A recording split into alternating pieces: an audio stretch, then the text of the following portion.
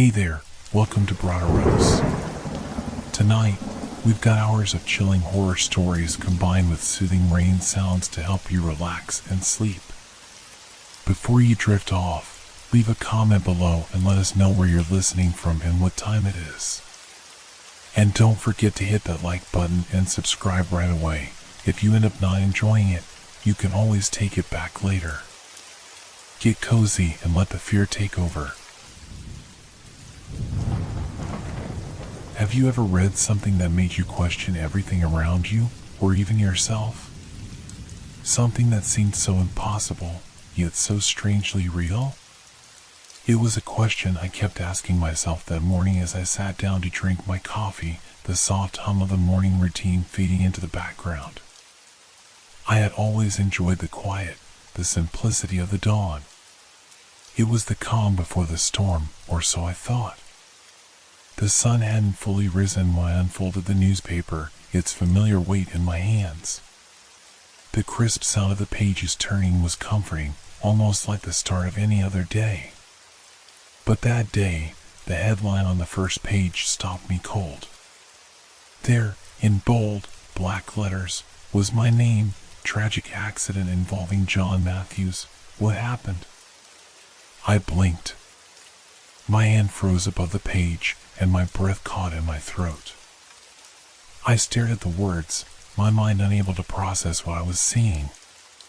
The article detailed an accident that was described as inevitable and tragic, featuring me as the central figure. It was a story about my death, a calamity that hadn't happened yet, but one that felt so certain. The paper was filled with graphic descriptions of how it would unfold: my car swerving off the road during a drive through the hills, colliding with a tree at high speed, my life snuffed out in an instant. But it hadn't happened. I was alive, sitting in my kitchen, staring at the words in disbelief.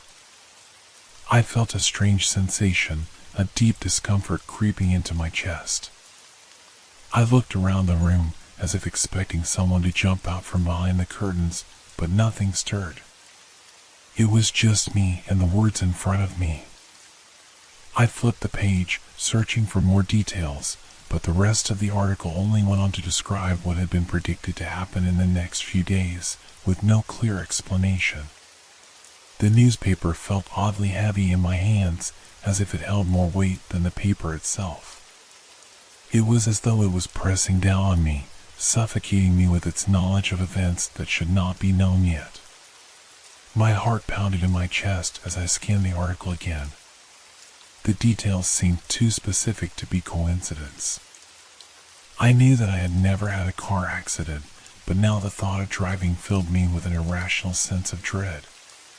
What if this was some twisted prediction, some glimpse of the future? I had to know more. I stood up, the chair scraping across the floor behind me. My legs felt unsteady, like they might give out at any moment. The room felt suddenly too small, too stifling, the air thick with unease. My gaze shifted to the window, where the early morning light began to stretch across the street, casting long shadows on the pavement. For a moment, I thought about calling someone, maybe a friend, maybe the police. But what would I say? Hey, there's a story about my death in the paper, but I'm not dead yet. It seemed ridiculous.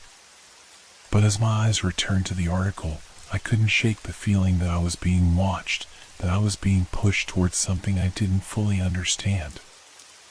I turned the page once more, but the article was gone. The rest of the paper was normal, as though it had never been there in the first place. I stared at the blank space where my name had been, feeling the tension rise in my chest. Had I imagined it? Had I dreamed it? No, the words had been there, and I had seen them with my own eyes. I checked the date on the newspaper. It was the same as the one on the calendar. No mistake. Still, I couldn't shake the feeling that something was terribly wrong. The house felt colder now, though the heating was still on, the soft hum of the furnace barely noticeable in the background. I stood there, staring at the page, then quickly flipped back through the entire newspaper, hoping to find some explanation. But no matter how many times I turned the pages, the article was nowhere to be found.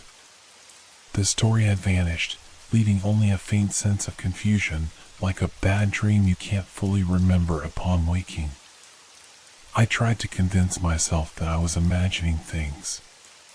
Maybe it was just my mind playing tricks on me, a result of too many late nights or too little sleep. But as I glanced back at the front page, now filled with mundane headlines about weather and politics, a chill ran down my spine. It felt like something had shifted, like the world had subtly changed in some way that I couldn't quite grasp.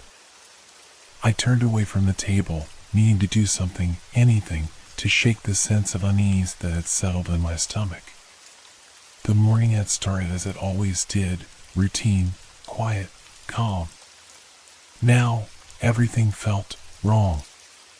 The floor creaked under my feet as I paced to the window, peering out into the early light.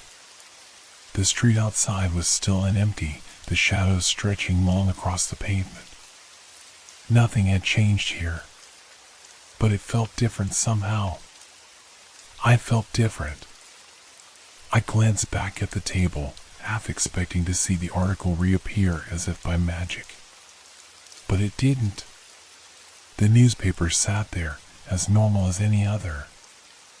I grabbed my phone, intending to call my best friend, Sam.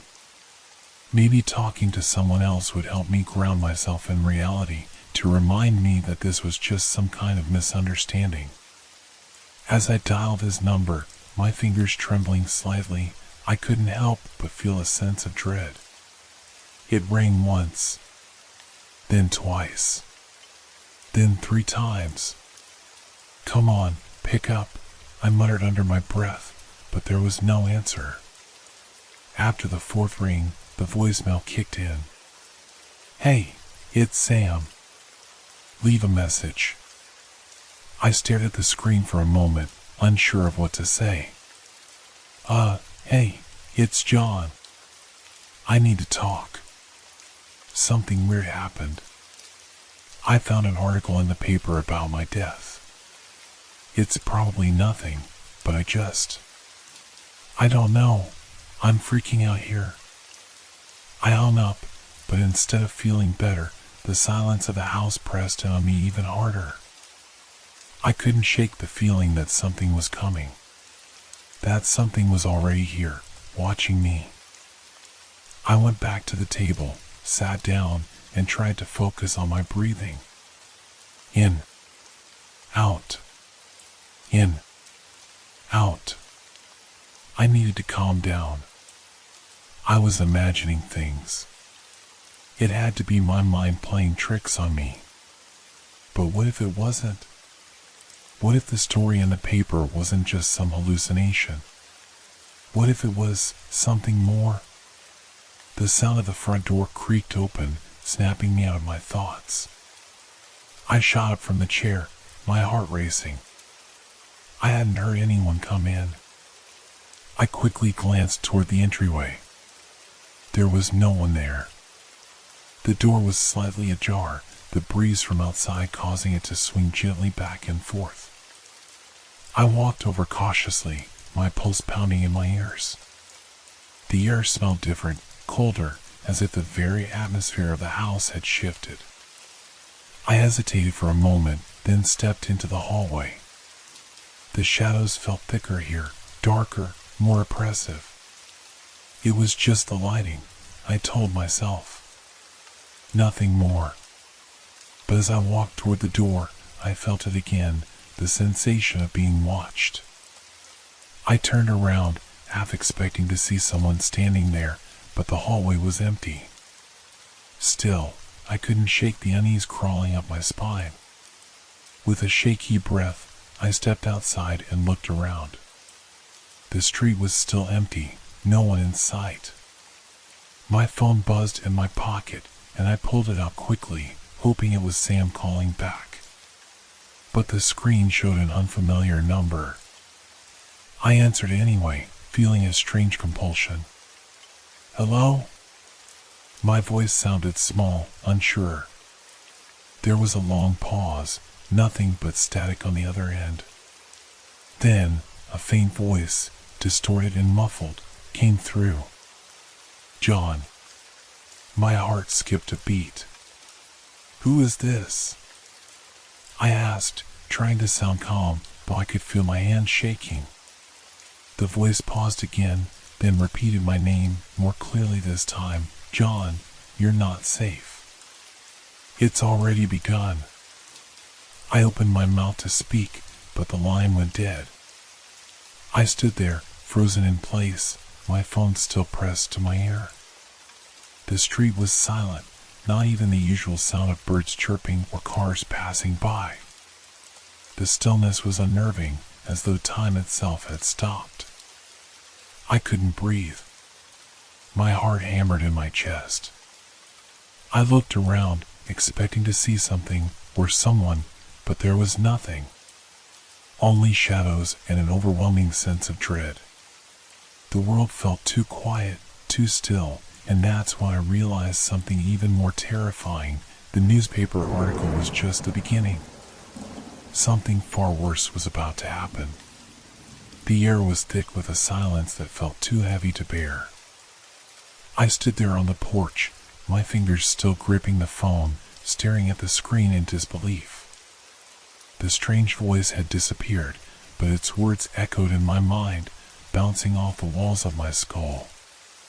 It's already begun. What did that even mean? My breath was shallow, my legs weak as if they could give way at any moment. My body was moving on its own now, pulling me back inside, away from the cold emptiness of the street. The door clicked shut behind me with a sound that reverberated through the house, making everything feel even more confined, more claustrophobic. I felt like a puppet, strings pulled by something invisible, something I couldn't escape. My gaze flicked around the room, desperate for something familiar to hold on to. But everything seemed different now, even though nothing had physically changed. The furniture, the walls, the light streaming through the windows, they all seemed distant, as though they belonged to someone else. I set the phone down on the table, but the feeling didn't leave.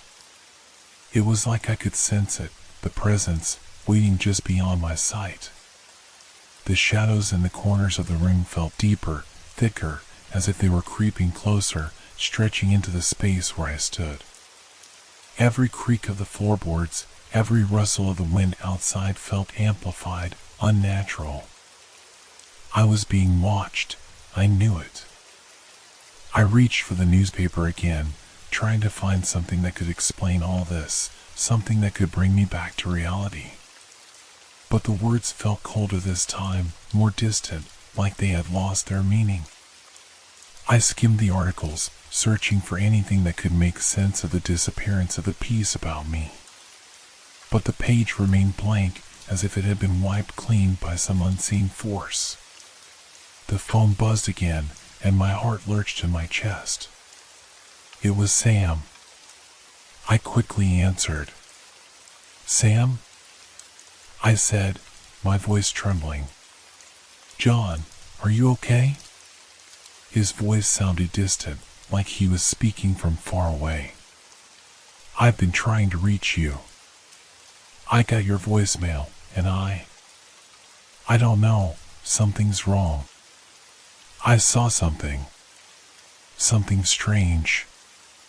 It was about you. I froze. What do you mean? What did you see? There was a long pause on the other end before Sam's voice came back, quieter, more strained. It was in the paper. The same article.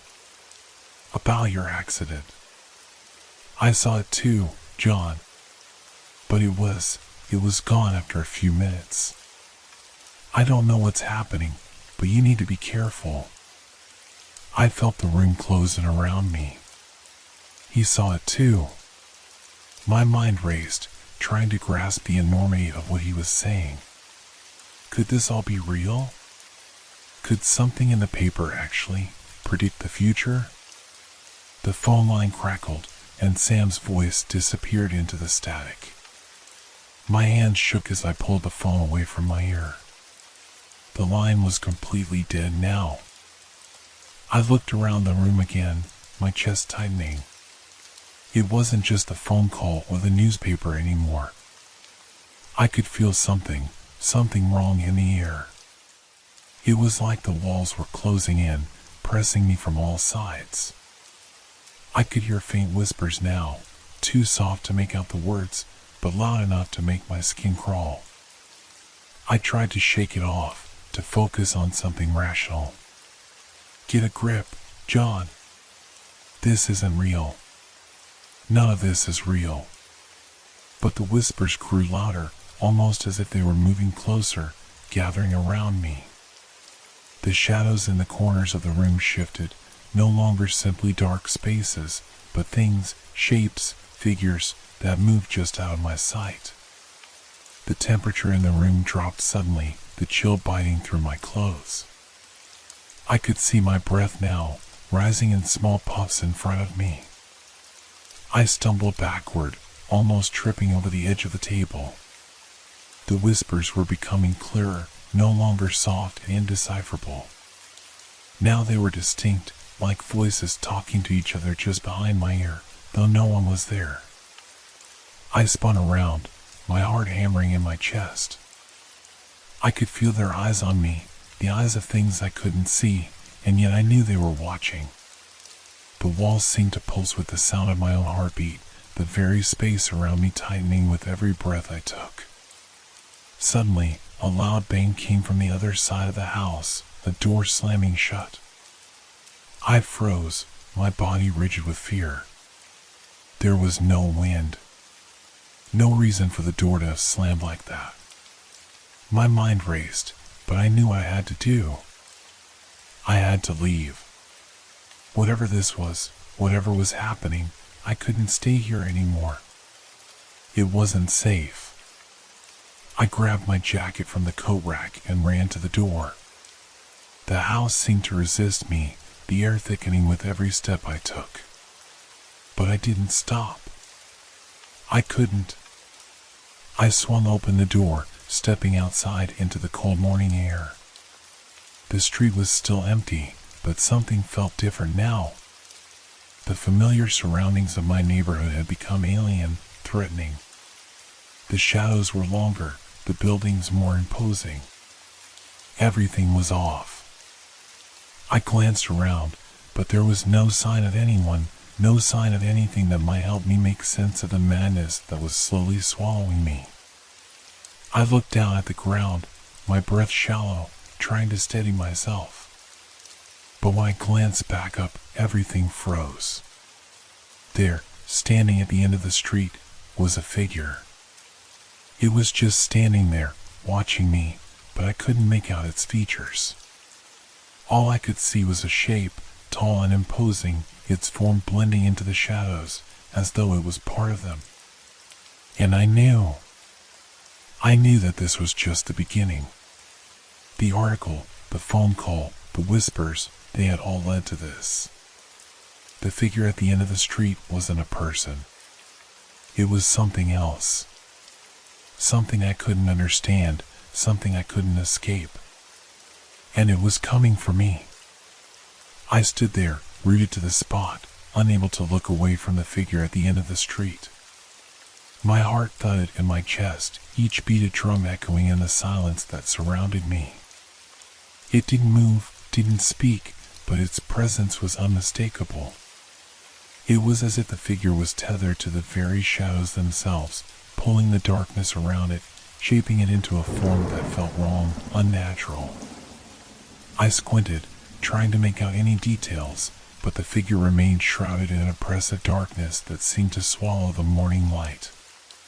It was tall, taller than any person I had ever seen, and the longer I stared, the more its shape seemed to shift, like the shadows themselves were constantly reshaping it. Its outline was indistinct, yet I could feel its eyes on me, pinning me in place. I wanted to run. I wanted to scream, but my body refused to obey. Every instinct in me screamed to turn and flee, but my legs felt like lead. It was as if something invisible held me in place, forcing me to watch this thing that wasn't human, that wasn't even real, or at least, it shouldn't have been. The whispers grew louder again, their voices overlapping, coming from all around me, from the very ground beneath my feet. I couldn't understand the words, but they were there, pressing, insistent. They seemed to come from the shadows, as though the very air was alive with them. I finally found my legs, and without thinking, I turned and bolted. My feet pounded against the pavement, but with each step, the world felt heavier, the air thicker, as if I was running through water. I couldn't breathe. The pressure in my chest was unbearable, suffocating. I glanced over my shoulder, expecting the figure to be right behind me, but it wasn't. It was still standing at the end of the street, unmoving, its gaze following me. The distance between us hadn't changed, but somehow, I knew it was coming closer. I could feel it, its presence growing stronger with every step I took away from it. No matter how fast I ran, it would always be there, just beyond the horizon, just beyond my reach. I turned another corner, my mind desperately trying to make sense of what was happening. The street I was on seemed familiar, too familiar, but there was something wrong with it now. The houses looked darker, their windows empty, the once comforting rows of homes now towering over me like silent sentinels. I was trapped in a maze I couldn't escape. I stopped, panting, my hands on my knees, trying to catch my breath. The sound of my own heartbeat was deafening in the silence, but the whispers still rang in my ears, louder now, as though the shadows were closing in around me. And then, there was a sound, a soft, hollow thud, as though something had fallen to the ground behind me. My pulse skipped a beat. I straightened up, my eyes scanning the street, the darkness of the alleyways. But there was nothing there. Just the cold air, thick with the scent of decay. I took a step forward, then another. The street stretched on endlessly, the horizon never seeming to get any closer. The weight of the silence pressed against me, almost suffocating. But then I heard it again, a faint, slow shuffle, like someone dragging their feet. It was behind me. Closer now. I spun around, but nothing was there. Nothing but the empty street. The figure. It was gone. I could feel it, though, still there, somewhere in the shadows, just waiting. I could feel its presence, even if I couldn't see it. It was closing in, moving through the darkness, like a predator stalking its prey. And then, just as suddenly as the sound had started, everything fell silent again. I started walking, my pace quickening, but there was nowhere to go. The houses around me seemed to stretch on forever, the street winding back in on itself. I was lost. The world around me was bending, twisting, warping into something unrecognizable. I couldn't even tell if I was still on the same street anymore. The sound of footsteps behind me, slow and deliberate, grew louder again. My heart raced as I looked back, knowing I would see it. And there it was. The figure. Closer now, just at the edge of my vision, its shape still undefined, but somehow larger. Its presence was more suffocating than ever, like the air itself was thick with its malice. I could feel its eyes, its unseen eyes, burning into me. I had to do something. I had to escape. But every direction I turned seemed to bring me back to where I had started, as though the world itself had become a maze I couldn't escape. The streets looped back on themselves, the houses folding inward, trapping me in a never-ending cycle. I ran again, blindly, not sure where I was going anymore, but the figure was always there, always watching. No matter how fast I ran, No matter how hard I tried to break free, it was always one step ahead. And then, as if it had been waiting for me to give in, the ground beneath my feet began to tremble. A low, guttural rumble echoed from the earth itself, vibrating through my bones, shaking the very air around me. The sky seemed to darken, the sun's light fading into something unnatural, like a cloud of smoke hanging over the world. The streets buckled and cracked as if the earth were splitting open. I stumbled, my feet slipping on the uneven ground. The figure moved again, its shape growing more solid now, more defined. And this time, I could see it clearly. It wasn't human. It wasn't even close. Its face was a mask of shadows, shifting and contorting like liquid, as if it couldn't hold a single form. Its limbs were elongated, bending in ways that should have been impossible. And its eyes, if they could even be called eyes, glowed with an unnatural light, burning through the darkness like twin lanterns in the night. I couldn't move. I couldn't speak. The figure was too close now, its presence overwhelming, suffocating. I had nowhere left to run. And then, the voice came again, this time clear and unmistakable. "You can't escape, John." I closed my eyes, my body frozen in fear. There was no way out. The figure was here, and it had come for me. The world seemed to stand still as the figure loomed closer, its presence all-encompassing, suffocating. The shadows twisted around it, coiling like living things, as if the darkness itself had a life of its own, feeding off the fear in the air. I could feel the weight of it pressing against me, suffocating my breath, choking the life out of the very space around me. I wanted to scream, to run, but my legs wouldn't move. The air was thick with a strange hum, vibrating through the ground beneath my feet, like the very earth was alive and reaching for me, pulling me in. The figure's glowing eyes pierced through the darkness, locking onto mine with an intensity that felt like it was tearing through my soul. "You can't escape, John," it repeated, its voice low and guttural, as though it came from deep within the earth itself. The words echoed around me, bouncing off the walls of my mind, rattling through my thoughts. I tried to speak, to ask what it wanted, but my mouth was dry, my voice lost in the terror that gripped me. What was this thing? Where had it come from? Why was it here? But the answers didn't come. The figure didn't respond. It didn't need to. It wasn't here to explain anything to me. It was here to finish something that had already begun. The ground trembled again, more violently this time, and I felt myself stumbling, losing my balance.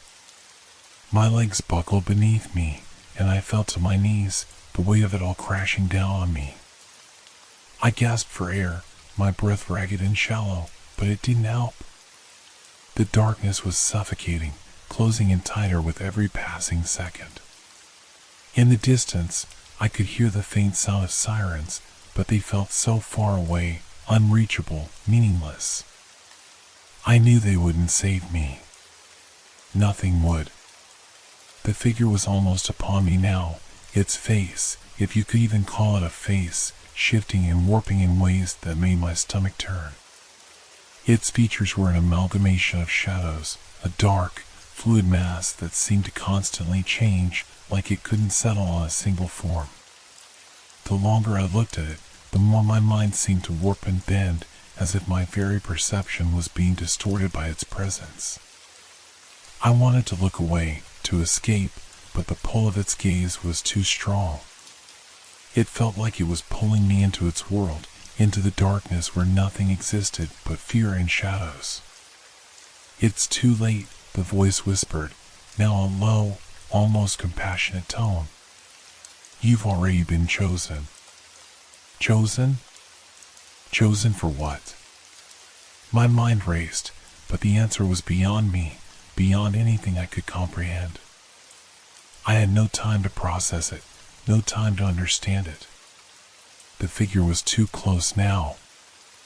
I could feel its presence pressing against me, as if it were a force that existed beyond the physical world. The temperature dropped sharply, and I felt the chill seep into my bones, colder than I had ever felt in my life. The figure's form was now only inches away from me, and I could see the faint glow of its eyes, burning like twin fires in the darkness. I could hear its breath, or something that sounded like breathing, slow and steady, like the pulse of something ancient. This was it. This was the end. But then, something strange happened. The shadows around me began to shift, not in the way they had before, but with purpose, like they were unraveling. I felt a sudden, sharp pull, as if the world was tearing apart around me. The ground beneath me began to break open, cracks running along the pavement, splitting the air with a sharp, unnatural noise. The figure recoiled, its form flickering, as if it were being pulled in different directions. The shadows around it seemed to warp and fray, unraveling like a thread coming loose from a garment. It screeched, a sound like metal scraping against stone, and for the first time, I saw something that resembled fear in its glowing eyes. The rumble grew louder, the earth shaking violently beneath me. The air felt like it was about to explode, like the very fabric of reality was tearing at the seams. The figure was struggling, its form twisting and distorting, but it couldn't hold on. It was losing its grip on this world. Suddenly, there was a flash, bright, blinding, and I was thrown backward, my body slammed against the ground with a force that knocked the breath out of me. The world spun around me, dizzying and chaotic, as if I were being pulled through time and space itself. Then, everything went silent. I lay there, gasping for air, my mind reeling, trying to make sense of what had just happened. The ground beneath me was solid again, no cracks, no tremors. The shadows were gone, replaced by the normal, mundane reality of the street. The figure was gone. It was over. I slowly pushed myself up, my body aching, my head spinning.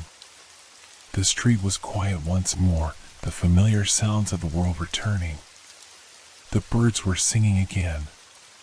The sky was blue, the sun shining. I couldn't understand it.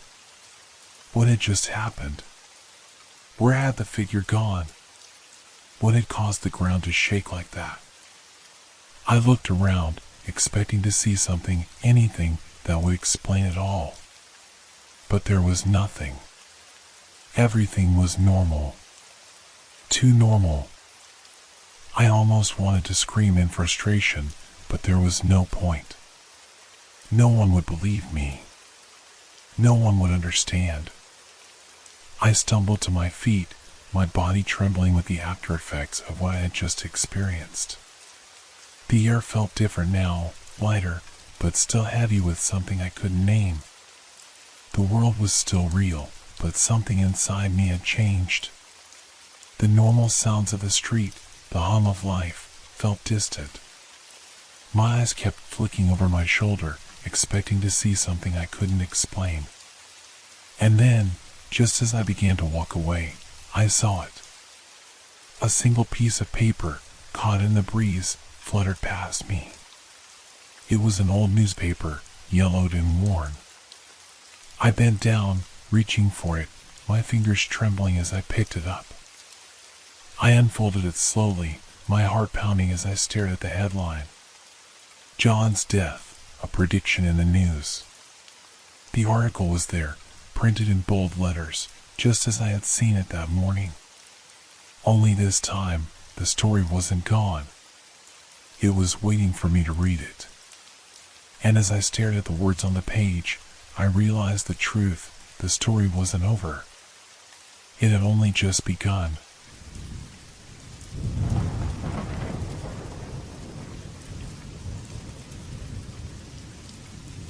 I woke up early that morning, as I usually do. The faint glow of the streetlights filtered through the blinds, casting long, thin shadows across the floor. The apartment was silent, just like it always was.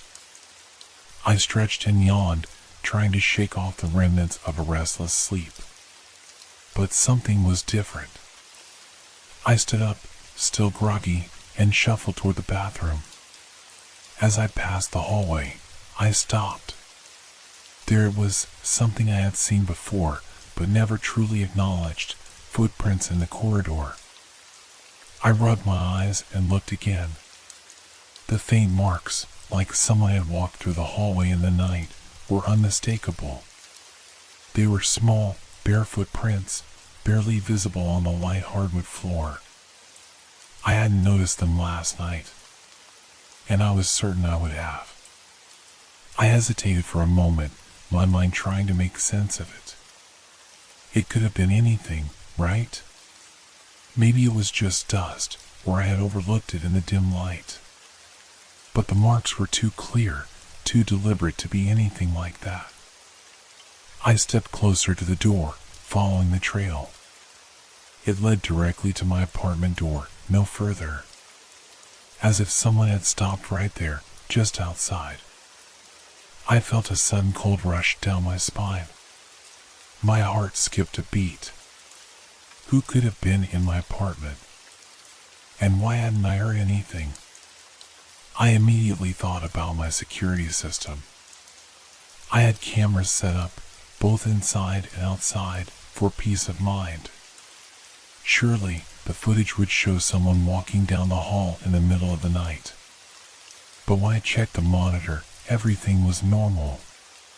The timestamp was clear, no activity between midnight and 5 in the morning. I checked it again. Nothing. I leaned against the counter, my mind racing. This couldn't be possible. The prints had to be real. And yet the cameras hadn't captured anything. I tried to shake it off, but the unease gnawed at me. Maybe I had just imagined it, or maybe the camera malfunctioned. But deep down, I knew something wasn't right. The next morning, I woke up to the same sight, the footprints, again, leading to my door. Only this time, they were fresher, more distinct. I could see the outline of each toe, the subtle indents of someone's steps. I checked the footage again. Still nothing. The days passed, but the footprints never stopped appearing. Every morning, there they were, leading right up to my door. I started to wonder if I was losing my mind. Maybe the stress of work was getting to me. Or perhaps I had forgotten to lock the door and someone was slipping in unnoticed. But no! I checked the door each night. It was always locked, the deadbolt secured. Then I started hearing things. The first time, it was soft. A faint creak in the hallway, like someone was moving. But when I checked, there was no one there. The second time, it was more distinct, a muffled thud, almost like footsteps. I couldn't ignore it anymore. Something was happening. One night, I decided to stay awake to see if I could catch whoever was making these marks. I sat in the dark, my back pressed against the couch, staring at the door, listening to the stillness around me. The apartment was eerily quiet. Only the sound of my own breathing filled the room. My eyes began to grow heavy, and I fought to stay awake. But just as I thought I might nod off, I heard it. A soft shuffle in the hallway. Then another. And another. I froze, holding my breath, my pulse quickening. I knew the footsteps were real this time. I wasn't imagining it. Slowly, carefully, I grabbed my phone and reached for the camera feed. I checked the monitor. Nothing. The hallway was empty. But the footsteps, they were still there. The tension in the air grew thicker, and I felt it. The presence. Something was standing just outside my door. I could feel its weight, its energy pressing against the thin walls. And then it happened. I heard a sharp knock at the door.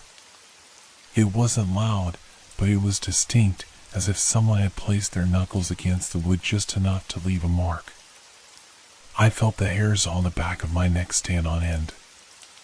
I scrambled to my feet, heart racing, panic rising. Who was at the door? Why couldn't I hear anything on the cameras? The knock came again, this time louder, more urgent. I backed away from the door, my mind a blur of fear and confusion. I couldn't explain it. I couldn't understand it. And then the whispers started. Low at first, like a breath on the other side of the door. It sounded like a voice, but it wasn't clear. It was just there. I pressed my ear to the door, trying to make out the words. Let me in. It was soft, almost pleading, but it was enough to send a jolt of terror through me. I backed away from the door, my hands trembling. I didn't know what to do. My phone was useless. The cameras couldn't detect anything. I was alone, trapped in my own apartment with something I couldn't see or understand. I had to know. I had to see it. Taking a deep breath, I grabbed the doorknob and twisted it slowly. The door creaked open just a few inches. My eyes scanned the hallway, but there was nothing. Nothing at all. But as I stepped into the corridor, I saw them. Footprints. The same prints, but now they were clearer. They weren't just at my door, they stretched down the hallway, back toward the living room. I followed them, my pulse racing, but the moment I turned the corner, I froze. The hallway was empty. There were no more prints. No sounds. Only silence. And then I heard it again. A knock. But this time, it came from the other side of the apartment. The whispers returned. Let me in. But this time, they weren't coming from outside. They were coming from inside. I turned toward the door of my bedroom, and that's when I saw it. The door was wide open. I stood frozen, my eyes locked on the bedroom door, my breath shallow and quick. The silence that had once felt so comforting now suffocated me, pressing in on all sides. I couldn't take my eyes off the open door, the darkness beyond it, waiting. Something was inside. I felt a coldness spreading through the apartment, starting in my chest and seeping into my limbs, chilling me to the bone. It wasn't a normal cold, like air conditioning or a draft. It felt unnatural, like it was seeping from the very walls, drawing the warmth from the room and replacing it with something else. My mind raced, but the thoughts didn't connect. I wanted to run, to bolt out the door and never look back. But I couldn't move. My legs felt like lead, my body rooted in place by something I couldn't explain. The whispers came again, louder this time. Let me in. The voice was different now. It wasn't pleading, it was demanding. My heart pounded in my chest as I took a step back, my gaze still fixed on the bedroom door. I couldn't tell if the voice was inside my head or coming from the room itself. It felt like it was coming from all around me, pressing into my skull, seeping into my thoughts. I had to check. I had to see what was inside. With shaking hands, I took a step forward, cautiously moving toward the bedroom. Each footfall seemed louder than the last, as if the apartment itself was listening.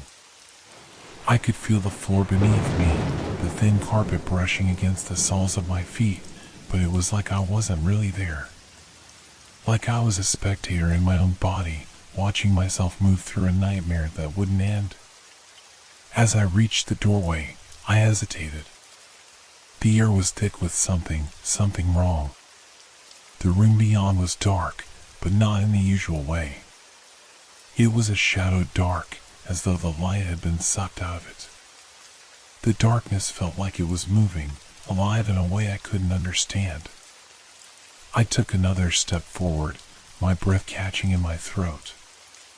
The whispers were now almost a hum, a low vibration in the air. I reached for the light switch, but my hand stopped just before touching it. There was something wrong about flipping the switch. Something told me not to. But I couldn't just stand there. I had to know what was in that room. With a quick movement, I stepped into the bedroom, the floor creaking beneath me. I snapped my head around, scanning the room. It looked normal, almost painfully normal. The bed was made, the curtains drawn shut, the dresser and nightstands in their usual places. But it wasn't the room that unsettled me, it was the feeling. The feeling that something was there, something unseen, watching me from the corners of the room. The whispers stopped. The room was completely still. I let out a breath I hadn't realized I'd been holding. But that didn't make the unease go away. If anything, it grew stronger, like the silence was only making the presence more apparent. I turned back toward the door, and that's when I saw it. The footprints. They weren't here before. I was sure of it. The faint prints were now visible on the carpet, leading away from the corner of the room, trailing toward the window. I couldn't explain it. How could there be footprints in the carpet? I had seen the entire apartment, top to bottom, just last night. The hallway, the living room, even the bathroom. There was no way someone had walked through here without me noticing. But there they were, perfectly distinct.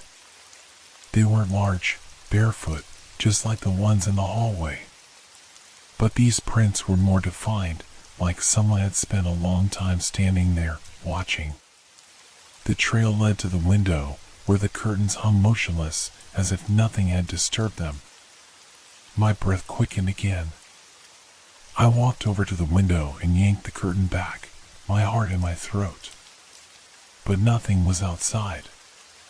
Just the empty street, lit by the faint glow of streetlights. No one in sight. The world was still. The night was quiet. But the footprints, they were real. They had to be. I backed away from the window, my mind racing. I had to check the camera footage again. Maybe there was something I missed. I rushed back to the living room, my steps echoing in the hallway. I pulled up the video feed on my phone, my fingers fumbling as I swiped through the footage. I scanned every corner, every angle, but there was nothing at all. Just the empty hallway. The timestamps were exact. Nothing had moved. I wanted to scream, to throw the phone across the room. But that wouldn't change anything. The footage didn't lie. But somehow, none of it made sense. The footprints were there, and yet the cameras saw nothing. I glanced back toward the hallway, and that's when I saw it. A figure. For the briefest moment, a shadow shifted at the far end of the hall. It wasn't solid, more like a distortion in the air, faint and fleeting. I blinked and it was gone. My heart dropped into my stomach. I grabbed the nearest object, a lamp, clutching it like a weapon as I slowly moved toward the hallway. My body was on autopilot now, moving without thinking, driven by fear and confusion. I stepped into the corridor, my eyes scanning the walls. Nothing. The air felt too thick, as if something was hanging just out of sight, lurking in the shadows. My pulse quickened with every step, every creak of the floor beneath me. I reached the spot where I had seen the figure, but it was gone. The hallway was empty. Still, I couldn't shake the feeling. Something was there. Something was watching me. And then I heard it again. A soft, almost imperceptible shuffle. It was behind me. I spun around, heart hammering in my chest, but once again, there was nothing. Nothing at all. I stood motionless in the hallway, the lamp still clutched tightly in my hand, knuckles white from the pressure. My mind was racing, trying to process what had just happened. That sound, faint, like footsteps, but too quiet, too distant, had sent a wave of cold dread through me. I turned back toward the apartment door, the one I had left open moments earlier. It was still open, but now it seemed somehow wider, as if the air between the door and the frame had expanded, creating a space where something could slip through unnoticed. I stepped toward the door, every part of me on edge. I wasn't sure why I was doing it, but it felt as if I had no other choice. Like something inside me was drawing me back into that room, that space where I had already seen the footprints. But as I reached the doorway, I froze. The light in the room had shifted, growing dimmer. The shadows in the corners of the room seemed thicker now, as though they were reaching out toward me, stretching from their hiding places like tendrils of something alive. I took a hesitant step inside, the floor creaking under my weight. The room felt colder now, colder than it had before. My breath came out in visible clouds. I turned back toward the window, but it was still closed. No sign of anyone outside. Yet, as I looked closer, I realized something was different. The window wasn't entirely sealed. The gap between the sill and the frame had widened slightly. I didn't remember leaving it like that. I swallowed hard, a lump forming in my throat. Someone had been here. But who? How? I had checked the apartment top to bottom last night, before going to bed. All the windows were locked, all the doors secure. No one should have been able to enter. But there was no denying it anymore. The presence was real. I turned toward the door of the closet, the final place I hadn't checked in the room. My hand trembled as I reached for the doorknob, the cold metal biting into my skin. Slowly, I pulled it open. Empty. The closet was exactly as I had left it, clothes hanging neatly, shoes in their place. But the feeling didn't change. The weight in the air, the oppressive silence, it was still there, lingering. I felt my skin crawl. I backed away from the closet and turned to face the room again. The footprints, they were still there. More of them now, scattered across the carpet, stretching from the bed to the window, and back again. But they weren't just footsteps anymore. There was a trail, a handprint. A large, damp smear in the shape of a hand right beside the bed. It was clear now, unmistakable, like someone had placed their hand on the carpet, leaving a mark where no one had been. I stumbled backward, the lamp falling from my grip and crashing to the floor. The sound of the shattering glass was jarring, too loud for the suffocating silence that filled the room. My legs felt weak, like they could give out at any moment. "Let me in." The whisper echoed in my ears again, this time louder, as though it was spoken right behind me. I spun around, my breath catching in my throat. But once again, there was nothing. The room was empty. It didn't make sense. How could I keep hearing the voice if no one was there? How could I feel the presence of something, someone, and still not see anything? I stepped back into the hallway, trying to make sense of it all. I needed to leave. I needed to get out of this apartment. But my legs wouldn't move. The fear had paralyzed me, locking me in place as the world around me seemed to close in. The whispers stopped. But the coldness remained. And then I heard something else. The sound of a door creaking open. It came from the living room. I didn't have to look. I knew. The door to the closet had opened, too. I turned, heart pounding in my chest, and looked toward the living room. The door was ajar, just slightly. I had closed it before going to bed. I was sure of it. My feet carried me toward it, but my mind screamed at me to turn back, to run. I reached for the doorframe, my fingers brushing the edge. I couldn't see anything through the gap. The darkness inside seemed to stretch endlessly. My stomach churned. Then, I saw it. A faint shadow, moving just beyond the edge of the door. It was tall, too tall. It moved, slow and deliberate, its form shifting as though it wasn't entirely solid. The air around it rippled, like heat from a fire. I couldn't breathe. I didn't know what I was looking at. But it was real. I could feel it. It was here, in my apartment, in my space. The thing stepped closer, the shadows around it swirling, twisting into shapes that didn't belong. And then, it spoke. Let me in. This time, the voice wasn't a whisper. It was a demand, a command that rattled my bones. I stumbled back, my body refusing to obey, rooted to the spot. The figure stepped forward again, and I realized it wasn't walking. It was gliding, floating just above the floor, as though gravity didn't apply to it. It moved with purpose, with intent. It was coming for me. The door to the living room slammed shut. I jumped back in shock, my heart racing. The darkness seemed to close in, swallowing the room whole. The air was thick now, suffocating, and I could barely breathe.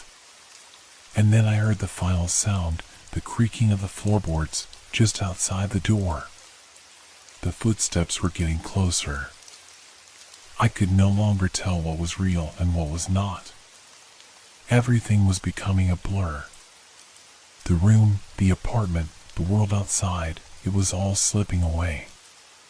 The sound of the floorboards creaking grew louder, closer, and my heart pounded in my chest like a drumbeat. The darkness seemed to stretch and grow thicker, clinging to the edges of the room, wrapping around me like a suffocating blanket. I tried to move, but my legs refused to respond. Every muscle in my body screamed to flee, but fear held me frozen in place. The door to the living room was still shut. I knew I had to leave, but the thought of turning my back on whatever was out there, whatever was in here, made me feel as though I would never escape. I glanced around the room, my eyes darting from corner to corner, desperate for something, anything that could explain what was happening. But everything was the same as it had always been. The familiar furniture, the dim glow from the light outside the window. Yet, it all felt different now, distorted in a way I couldn't understand. And then, the whispers returned. You can't run.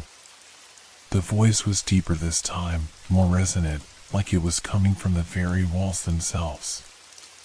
It wasn't the voice of a person, or even a thing. It was something older, more ancient, something that had been here long before I arrived. I felt the weight of it, the presence in the room, the sheer force of whatever was watching me. I was no longer alone in this space. The thing that had been lingering at the edges of my perception had grown bold, had stepped into the light. It was here, with me. And it was angry. I turned slowly toward the hallway. The familiar surroundings of my apartment now seemed unfamiliar, threatening. The hallway stretched out before me, dark and narrow. There, at the far end, just past the doorway to the living room, I could see it, the shadow. The figure that I had felt but hadn't fully seen. It was standing there, motionless. I didn't know what it was, but I knew it wasn't human. It was tall, impossibly tall, its shape indistinct, like a blur of darkness that bent the light around it. I could see its outline shift, its edges rippling like liquid. But there was no face, no features, just an absence of anything that could be defined. I wanted to scream, to run, but I couldn't. The fear had sunk deep into my bones, paralyzing me. "Come closer," the voice crooned from the shadow, a chill running down my spine. I was shaking now, my hands trembling at my sides, my body frozen, unable to react. I knew I should be running, but my feet felt like they were stuck in cement. The shadow took a step forward. The air grew heavier, more suffocating, and I gasped for breath. The figure's presence seemed to warp the fairy fabric of reality around it. The walls felt like they were closing in, and the room itself seemed to bend, stretching like elastic, distorting as if the space wasn't real. Another step. I couldn't breathe. I couldn't think. The figure was drawing closer, and with each movement, the temperature in the room dropped. I could see my breath now, fogging in front of me. The air was thick, charged with an unnatural energy. I stumbled back, heart hammering in my chest. I had to escape, I had to leave, but the fear was too much. Every part of me screamed to run, but the thing, whatever it was coming closer, its form taking shape, becoming more defined with every step. Then, it spoke again. "You're already mine." I felt the coldness envelop me, pressing on every side, squeezing the air from my lungs. The voice wasn't just in my head now. It was everywhere. Inside me. The room was no longer a room, it was a prison, a trap. The darkness was alive, pulsating with intent, and I was its prey. I finally broke free from my paralysis, turning and running down the hallway, my feet pounding against the floor as I tried to make it to the door. But as I reached for the handle, the door slammed shut with a deafening crash. My heart lurched in my chest. I spun around, my breath ragged, my body shaking uncontrollably. The thing was behind me now, closer than ever. I couldn't outrun it. I backed away from the door, my mind spiraling into panic. There was no escape. No way out. But then I heard something that didn't belong. A sound, soft at first, but growing louder. The sound of something scraping against the floor. I glanced down at my feet. There, right in front of me, the carpet was shifting. A small, dark shape was slowly emerging from beneath the fibers. It was moving, crawling, like a creature, no, like a hand. A hand, reaching out from the floor, its fingers scraping against the carpet as it made its way toward me. I froze again, my breath caught in my throat, my eyes locked on the hand as it stretched toward me, its fingers unnaturally long, twisted and gnarled like something that had been buried in the earth for centuries. I tried to scream, but no sound came out. The thing was too close now, too real, too tangible. It reached the edge of my feet. And then, everything went dark. The last thing I felt was the coldness, colder than anything I had ever known, spreading through my body, pulling me down into the blackness. I tried to move, tried to fight, but the weight of it was too much. And then, nothing. When I woke up, I was lying on the floor, my body stiff and sore. I could feel the cold seeping into my skin, but it wasn't the same as before. It wasn't the unnatural cold that had filled the apartment, the one that had taken over everything. This felt real, like the normal chill of a room in the early hours of the morning. I opened my eyes, but the apartment was silent. Still. Empty. I sat up slowly, my body aching, my head spinning. The room around me was just as it had been before, unchanged, untouched. No shadows, no figures, no presence. The air was warm again, and the apartment was quiet. But as I glanced around the room, my eyes fell on something that made my heart stop. The footprints. They were still there, leading from the bedroom door to the hallway. But now, they led out of the apartment. The door was open, and as I stepped toward it, I felt it. The whisper. Let me in. But this time, it was not from behind me. It was in front of me. The air felt thick again, oppressive, as I stood at the open door, staring into the hallway. It wasn't the same hallway I had seen moments before. The walls seemed to close in, stretching toward me as though they were made of something malleable, something not entirely real. The faint buzzing in my ears grew louder, a hum that seemed to fill every corner of the apartment. I didn't move. I couldn't. The whisper echoed in my mind, louder this time, more urgent. Let me in. The voice wasn't distant anymore.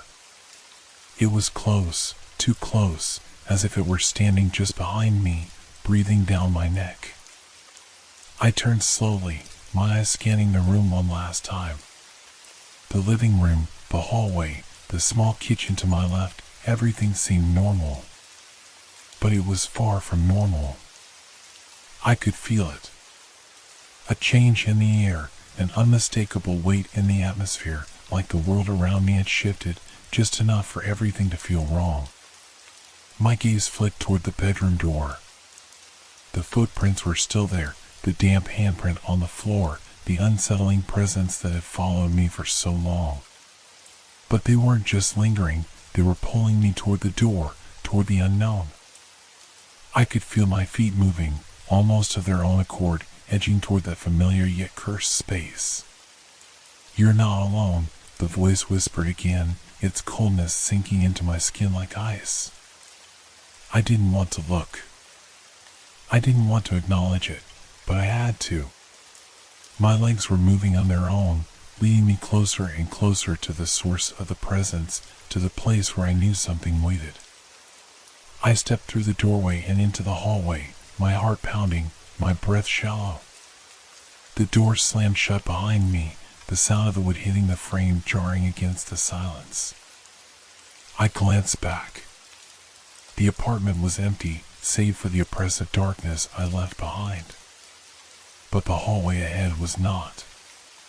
It had changed. The walls, once familiar, now looked distorted, bending inward like the passage of time itself was twisting, warping.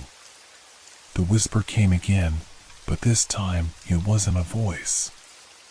It was a sensation, a pressure in my mind, a command that echoed not through my ears, but inside my skull. You belong here. I could hear the unmistakable sound of footsteps now, slow, deliberate, dragging against the floor. But there was no one in sight. No one walking. No one to cast shadows. It was just me and the sound, growing louder and closer, as if whatever it was that haunted this place was on its way to greet me.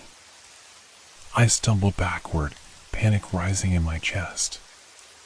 I was aware of the cold again, but this time it wasn't just the room, it was everywhere, as if the very air around me was turning into a freezing mist. I couldn't breathe. I needed to get out. The hallway stretched before me, and at its end there was a door. It looked just like any other door, ordinary, simple. But something about it, it was pulling me, calling me toward it, as though it were the only way out. But I knew better. Whatever waited behind that door would not be salvation. It would be something else. Something I couldn't understand. I tried to turn around, to run back toward the apartment, but my legs wouldn't move. They were rooted to the floor, as if they too had been caught in the spell of the hallway. My body trembled, my chest constricting with fear. "Let me in." The whisper filled the air again, the sensation almost physical now, like it was pressing against my body. It wasn't just a voice anymore. It was everything. The apartment. The walls. The floor beneath me. It was all part of it, part of something ancient and beyond my comprehension. I fought to move, fought against the heavy, suffocating pressure that pressed down on me. My thoughts were a blur of fear, panic, and confusion, and in the midst of it all, one thought repeated over and over. I had to leave. But no matter where I turned, no matter what door I opened, there was nowhere to run. I raised my hand toward the door at the end of the hallway. My fingers brushed against the cold doorknob, and as I twisted it, I felt a rush of cold air flood the space. The door creaked open slowly, impossibly slowly, as if it were resisting. But then, it gave way, and the room beyond came into view. It was the bedroom. But it wasn't the same bedroom I had left behind. The air in the room was thick with a presence, something watching, something waiting. The bed was gone. The room was empty, save for a single chair in the middle, facing the door. Sitting in that chair was a figure. It was human, or at least it looked human. It was dressed in black, its features hidden in shadow, but I could feel its eyes on me, piercing, cold, like they could see into my very soul. The figure was still, unmoving, its presence overwhelming. It wasn't alive. It wasn't dead. It was something in between. And then, the figure spoke, its voice not heard through the air, but felt inside my mind, in the deepest, darkest corners of my consciousness. "You're here." I tried to move. I tried to scream. But my body betrayed me. The door slammed shut behind me, and I was trapped. The last thing I saw was the figure's smile, wide, twisted, and full of promise. Then, nothing. The whisper lingered in the air, and I could hear it even as everything around me went dark. "Let me in." And I realized, too late, that it was no longer just a voice. It was me.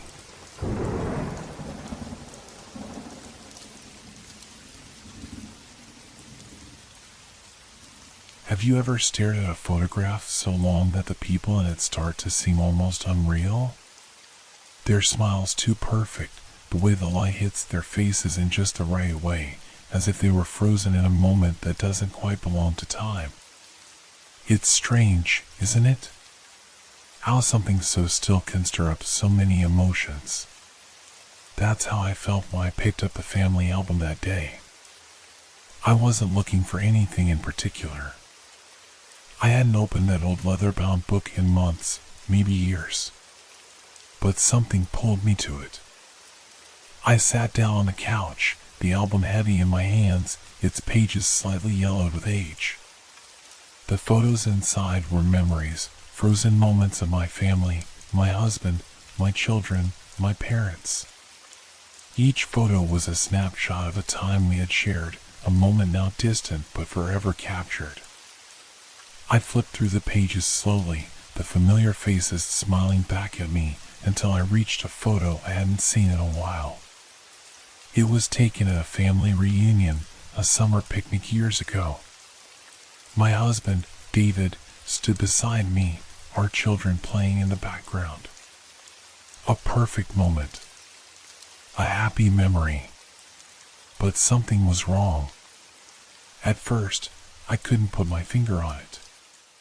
The photo looked the same as it always had, except there was something off about one of the faces. A face I had seen 1,000 times, but now, as I stared at it, it seemed blurred. It was my sister, Rachel. She was smiling, her eyes bright, her hair flowing in the wind, but her face wasn't clear. It was like someone had smeared the photo with their fingers. The features were soft, the edges blurred, her smile barely visible. The rest of the photo, David, the kids, the trees in the background, everything was sharp, clear as day. But Rachel's face was fading, slipping away like it never truly belonged in the picture. I blinked, trying to focus, but it didn't help. Her face remained distorted. I felt a strange unease creeping up my spine.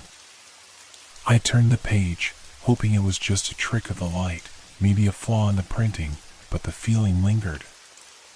I kept thinking about how Rachel's face had always been so vibrant, so full of life in every picture. But this was wrong. I couldn't stop staring at it.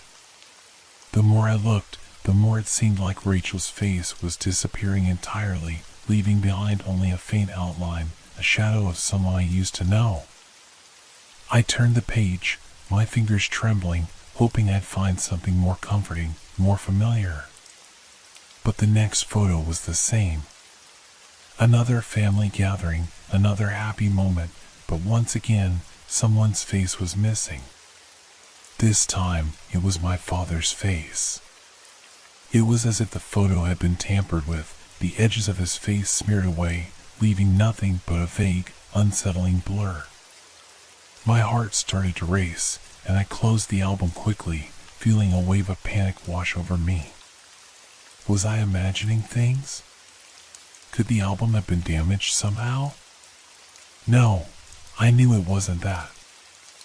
I had seen these photos before, and none of them had ever looked like this. They were perfect memories, pieces of my past that I had cherished for years. But now, it seemed as if those memories were slipping through my fingers, fading away before my eyes.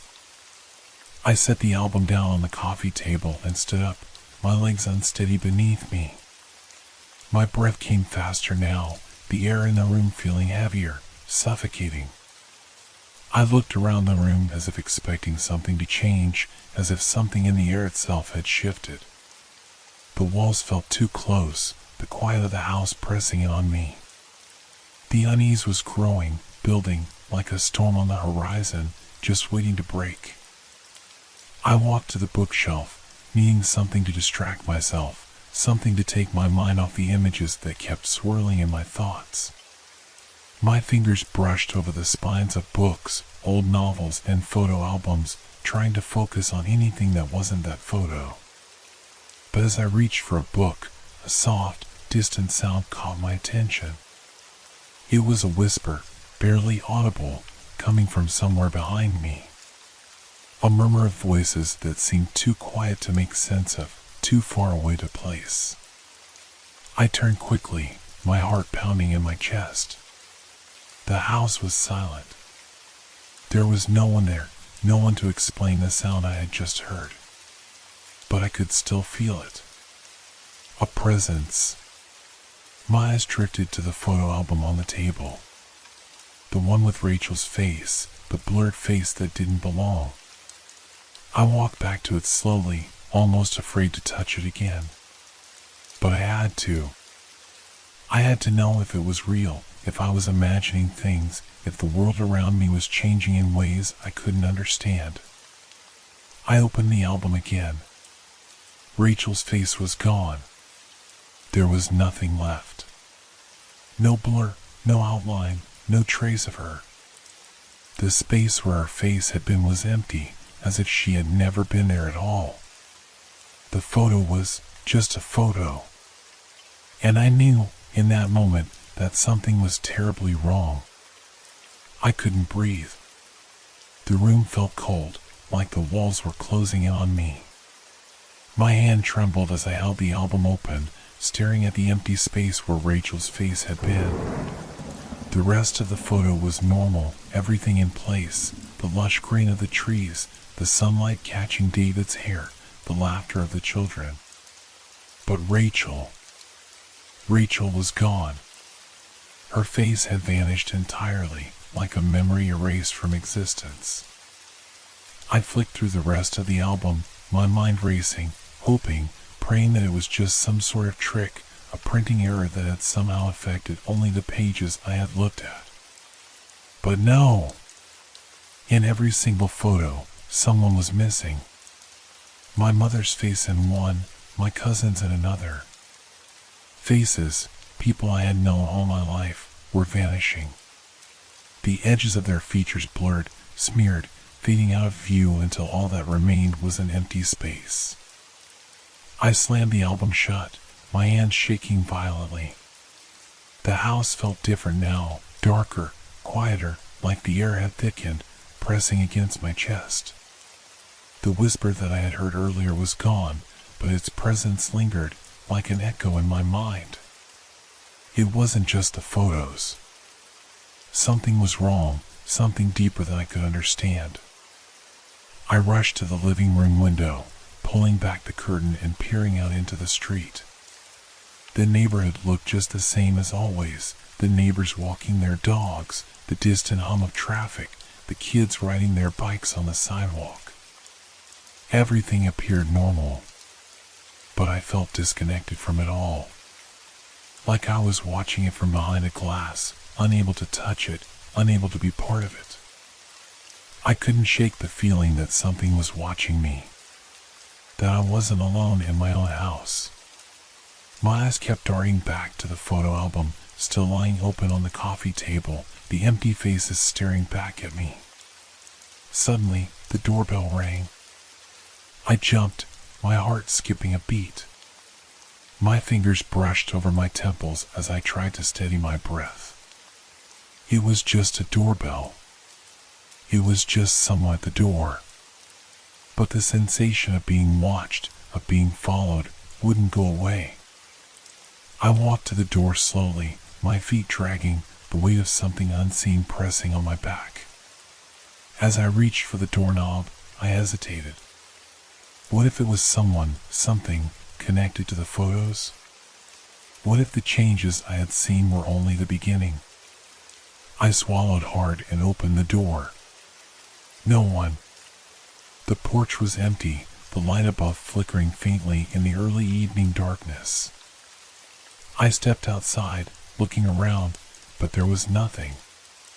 No one in sight. Just the same quiet street, the same suburban silence. I closed the door behind me, a strange sense of unease creeping up my spine. I turned back into the house, but as I stepped through the doorway, something caught my eye. The photo album was open again. It hadn't been when I left. My heart raced, my breath quickening. I hadn't touched it. I hadn't opened it again. I could feel my skin prickle with cold fear as I approached the table. There it was, lying open, its pages turning by themselves, as if someone was flipping through it. I reached for the album, my hands trembling, and as soon as my fingers touched the page, a sudden wave of dizziness washed over me. My vision blurred for a moment, and for the briefest second, I saw something, not clearly, but something moving in the pages. The faces were shifting. They were no longer just faded, they were changing. One by one, the people in the photos were becoming unrecognizable. The features of my family, my friends, twisted, warped into grotesque shapes. Eyes were widening unnaturally, mouths curling into sinister grins. The images were no longer memories, they were something else. Something that didn't belong.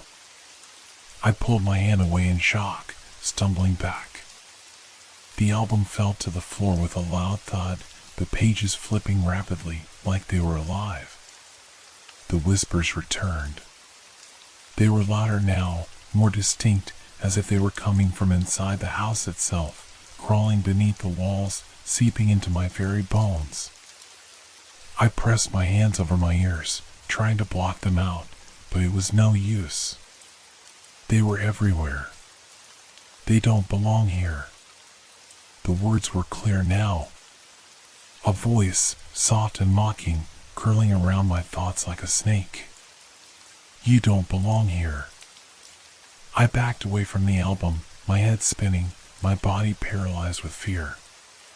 The photographs, the faces, were not just memories. They were something else. Something darker. The past was being erased, and I could feel it happening, could feel the fabric of reality itself starting to unravel. I had to get out. I had to leave this place before it consumed me, before it took everything I had ever known. But the whispers were growing louder. The walls felt closer, suffocating. The air in the room was thick with the weight of something unseen, something malignant. I turned to leave the room, but as I stepped into the hallway, I froze. I wasn't alone anymore. There, at the end of the hall, standing in the doorway of the living room, was a figure. It was tall, cloaked in shadow, its features indistinguishable. But I could feel its eyes on me, cold, empty, watching, waiting. And then, the whisper came again, not in my mind this time, but out loud. "You're next." I couldn't move. I couldn't breathe. I was trapped, caught in a nightmare where the lines between reality and illusion blurred. The figure took a step forward, and I knew, without a doubt, that I had seen it before. It was in the photographs. And it was coming for me. My heart hammered in my chest as I stood frozen, unable to look away from the shadowed figure in the doorway. It hadn't moved, but I could feel it, its presence overwhelming, suffocating, as if it was pulling the very air from the room. I couldn't breathe, couldn't think. All I could do was stare, my legs rooted to the spot, as if the floor itself had become a prison. The whisper came again, this time clear and chilling. "You're next." I wanted to scream, but no sound came. The figure took another step, its form shifting slightly, as if it were not quite solid, more like a distortion in the space around it. The shadows seemed to stretch unnaturally, like it was part of the walls themselves, bleeding into the room. My eyes darted around, searching for a way out, but the hallway felt longer now, more distant. I was trapped, surrounded. And then, I remembered the photos. The faces, blurred and fading. People I knew, people I loved, becoming unrecognizable, lost to something I couldn't understand. It had started with Rachel. And now, the thing in front of me, this shadow, was somehow tied to it all. It was in the photos. It had always been in the photos. It had been there, hidden, and I had never seen it until now. I took a step back, my mind racing. I needed to do something. I couldn't just stand there. But the shadow wasn't giving me any time to think. Another step, and I could feel its gaze, cold and sharp, even though I couldn't see its eyes. I could feel it watching me, dissecting me, waiting for me to break. "It's too late," the whisper said, as though mocking my attempt to escape. I felt my breath hitch. My throat tightened, panic flooding through me. Every instinct screamed for me to run, to hide, to get away. But my legs felt like lead, heavy and unresponsive. I was suffocating in the presence of this thing, this creature, whatever it was. Then, something inside me snapped. I forced myself to move, to turn and sprint down the hallway toward the front door. The shadows seemed to stretch and writhe around me, like they were trying to reach out, to grab me, but I didn't stop. I reached the door, my hand fumbling with the doorknob, desperate to escape. But as my fingers brushed it, I felt the temperature drop. The air turned thick and cold, a biting chill that burned my skin. I pulled harder on the knob, but it wouldn't budge. I yanked again, panic surging. The door didn't open. The shadow was getting closer, its form shifting, growing more defined with every passing second. I could hear it now, its footsteps, slow, deliberate, echoing through the house. The sound was unnerving, like the ticking of a clock, counting down, reminding me that I was running out of time. I was trapped.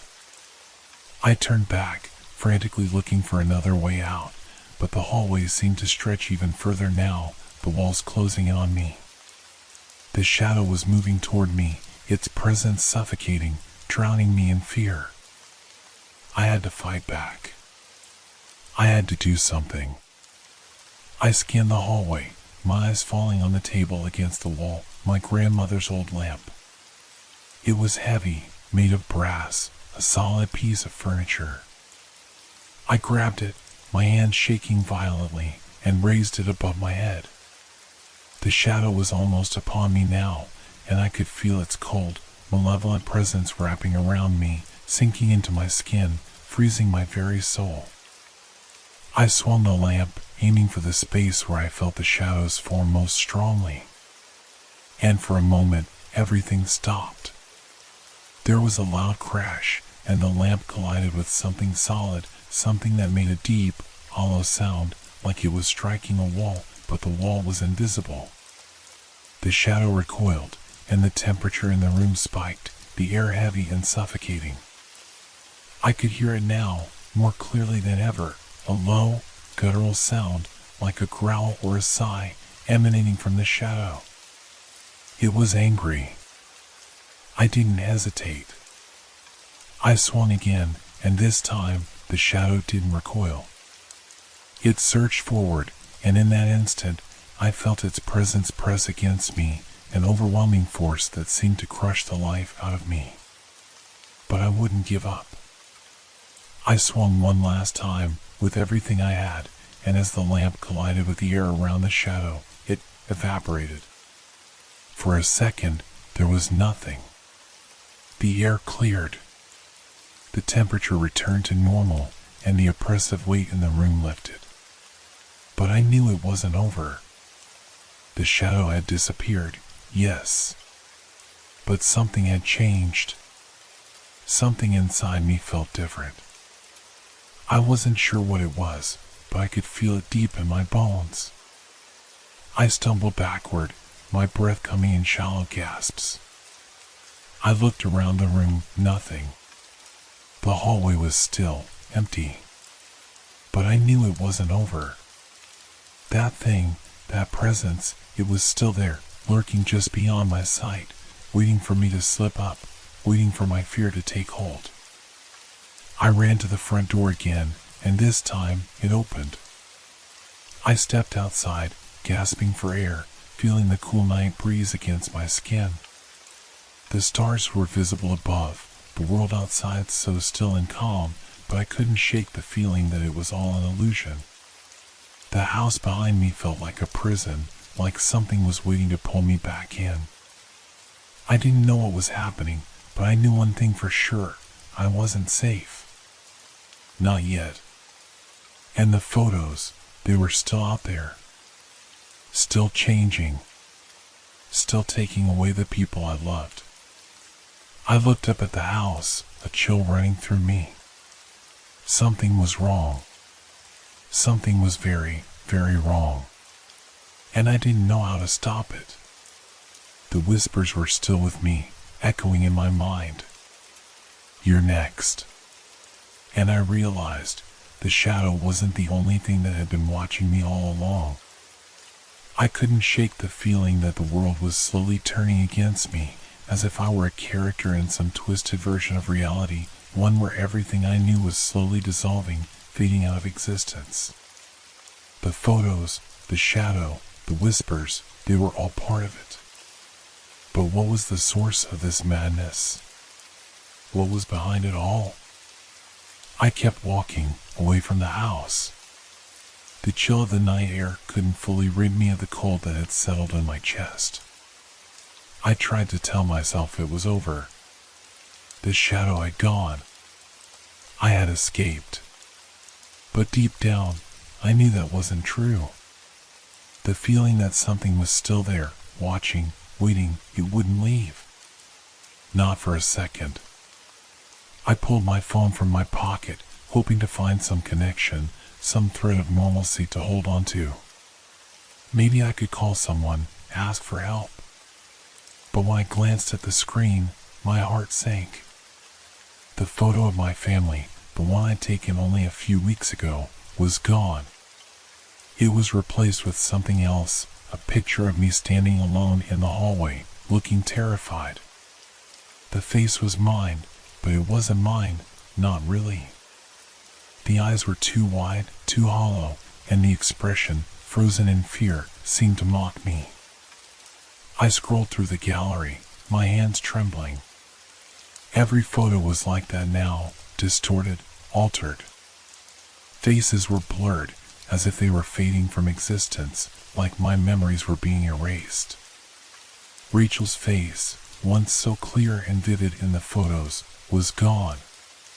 She had been replaced by an empty space, a void. I felt a sudden rush of nausea, my stomach churning. My hands were slick with sweat. This couldn't be real. There was no way this could be happening. But there it was. It was happening. It was real, and it was happening to me. I pulled myself together, fighting the urge to collapse right there on the sidewalk. I had to get home. I had to figure this out. If the photos were changing, then maybe something else was too. Maybe my entire life was being rewritten, erased, piece by piece. I stumbled back to my apartment, desperate to find something that hadn't changed. The world around me seemed distorted, like I was seeing it through a haze. The lights on the street flickered, casting eerie shadows on the pavement. Even the air felt wrong, thicker, colder, as if it too were being erased. When I reached the door of my apartment, I hesitated. The familiar weight of the key in my pocket felt like an anchor. But what was inside? What would I find? Would everything be different, like the photos? Would I even recognize my own home anymore?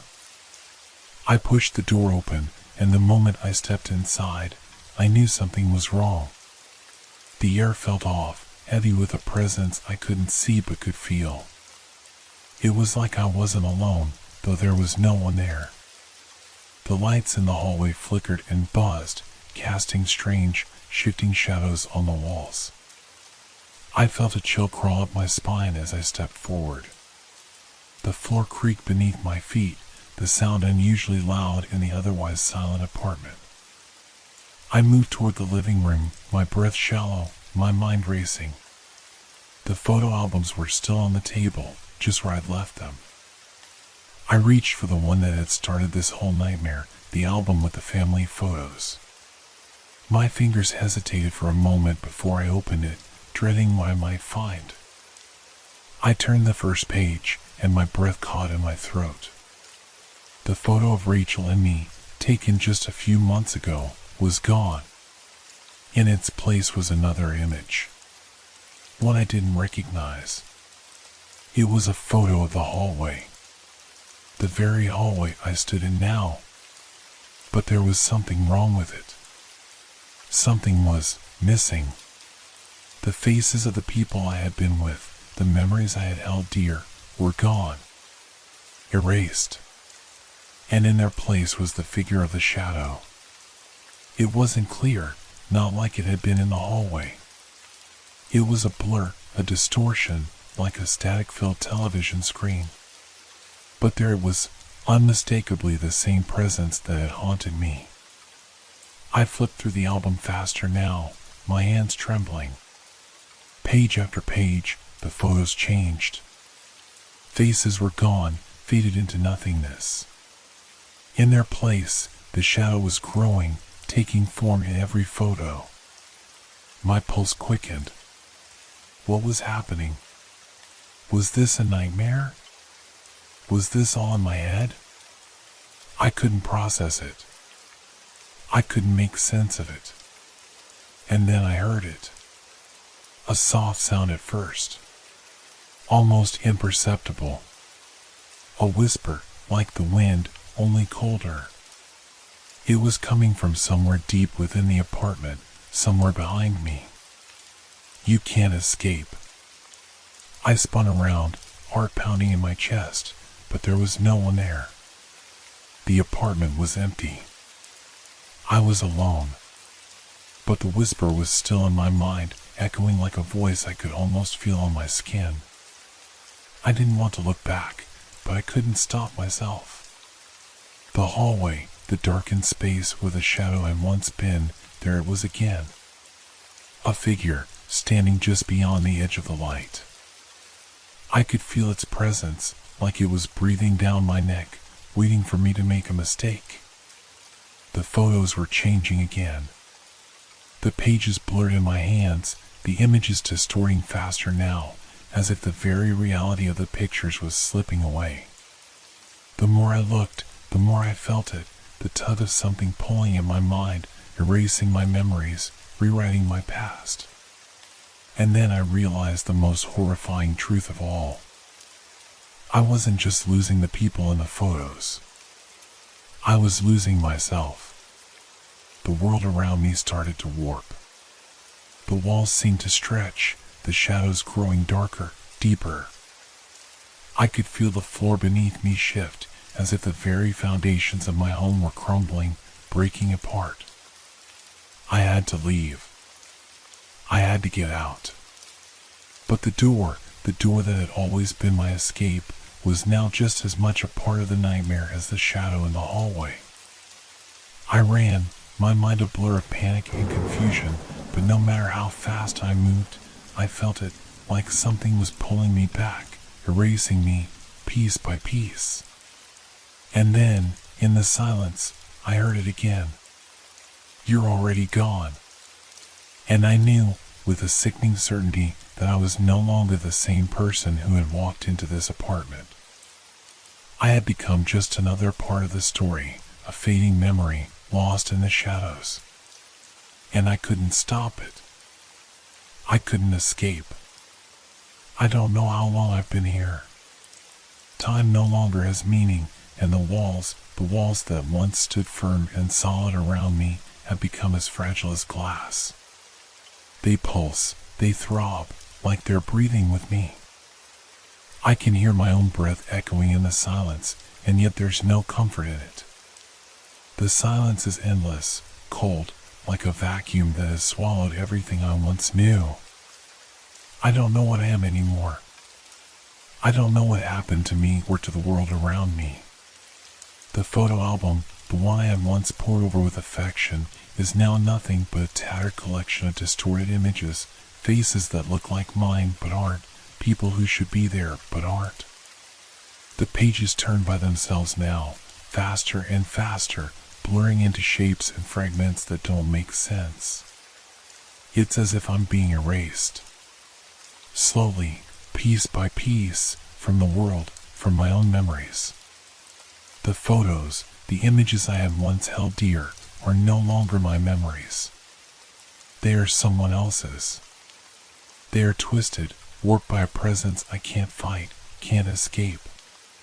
The shadow is still here, lurking, feeding off the emptiness that has consumed me. I can feel it more now than I ever could before.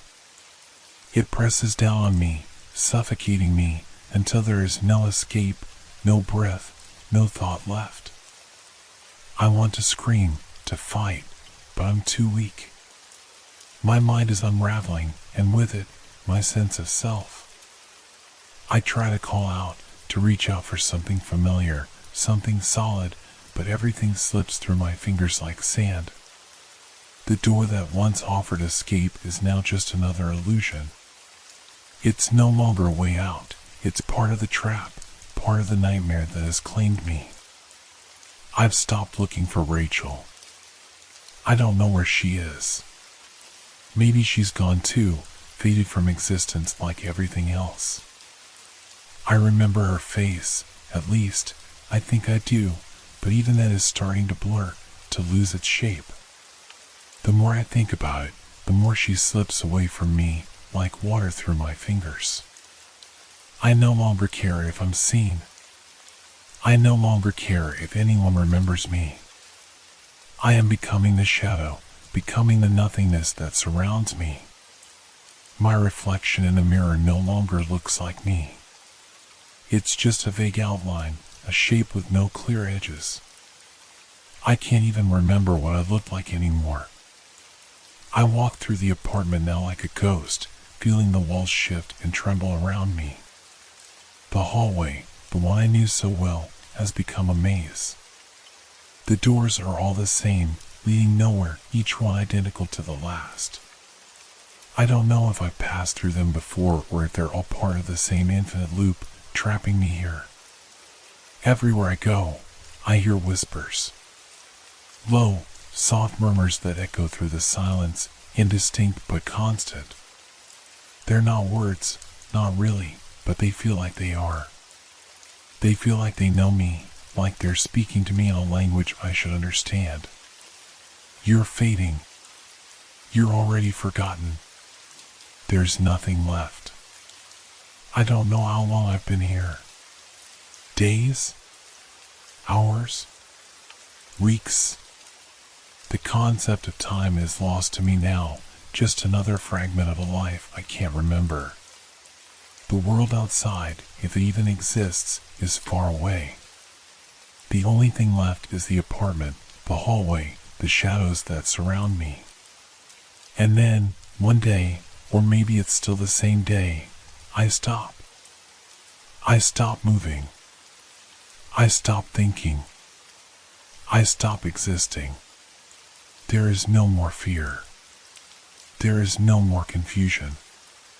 There is only the silence and the darkness that has consumed me. The last remnants of my consciousness flicker like a dying light, but even that fades. And then I am gone, and nothing remains. The shadow has claimed me. The photos continue to turn, their edges curling and tearing as the world slowly unravels. The faces of the people who once were are now lost, swallowed by the void. And I am just another forgotten memory, another fading image in a photograph that no longer has meaning.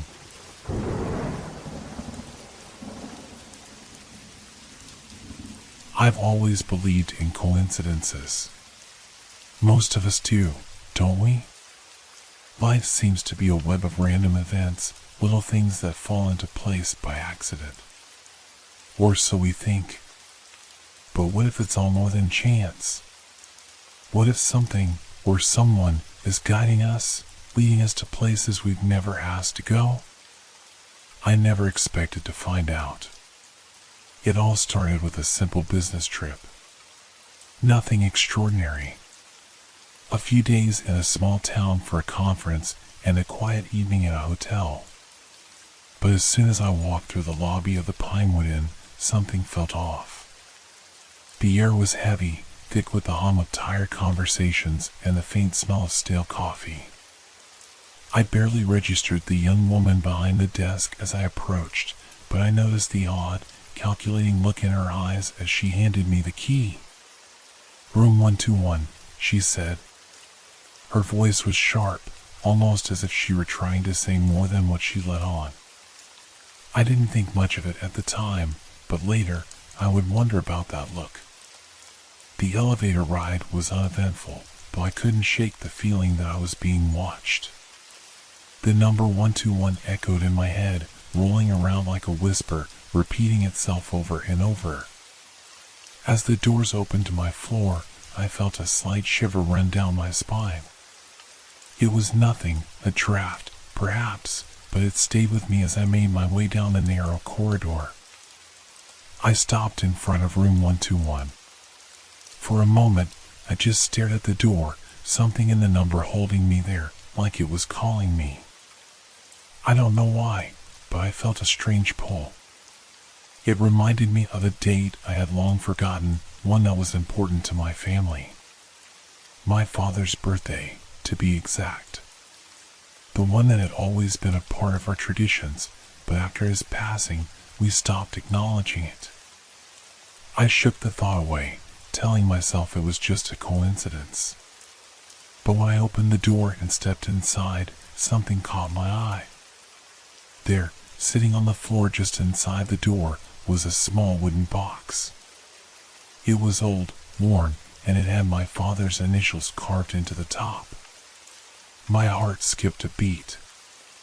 I couldn't explain it, but I knew immediately that this was no accident. I knelt down, carefully picking up the box. It was heavier than it looked, and it rattled faintly when I shook it. The lid was tightly secured, but after a moment of hesitation, I managed to pry it open. Inside was a photograph, one I hadn't seen in years. It was of my father, sitting at the head of the family table, his usual grin on his face as he looked directly into the camera. But there was something strange about the photo. The edges were frayed, and the color seemed off. I turned it over. The date written on the back of the photograph made my stomach drop, January 10th. It was the same date I had tried to forget, the same date my father had passed. I stood frozen, the box in my hands, my heart racing. There was no way this could be happening. There was no way this could be a coincidence. My mind raced, and I suddenly felt very alone in the room. The air felt thicker now, as if the very walls were closing in on me. I turned to leave, but the door behind me slammed shut with a force that made the room shake.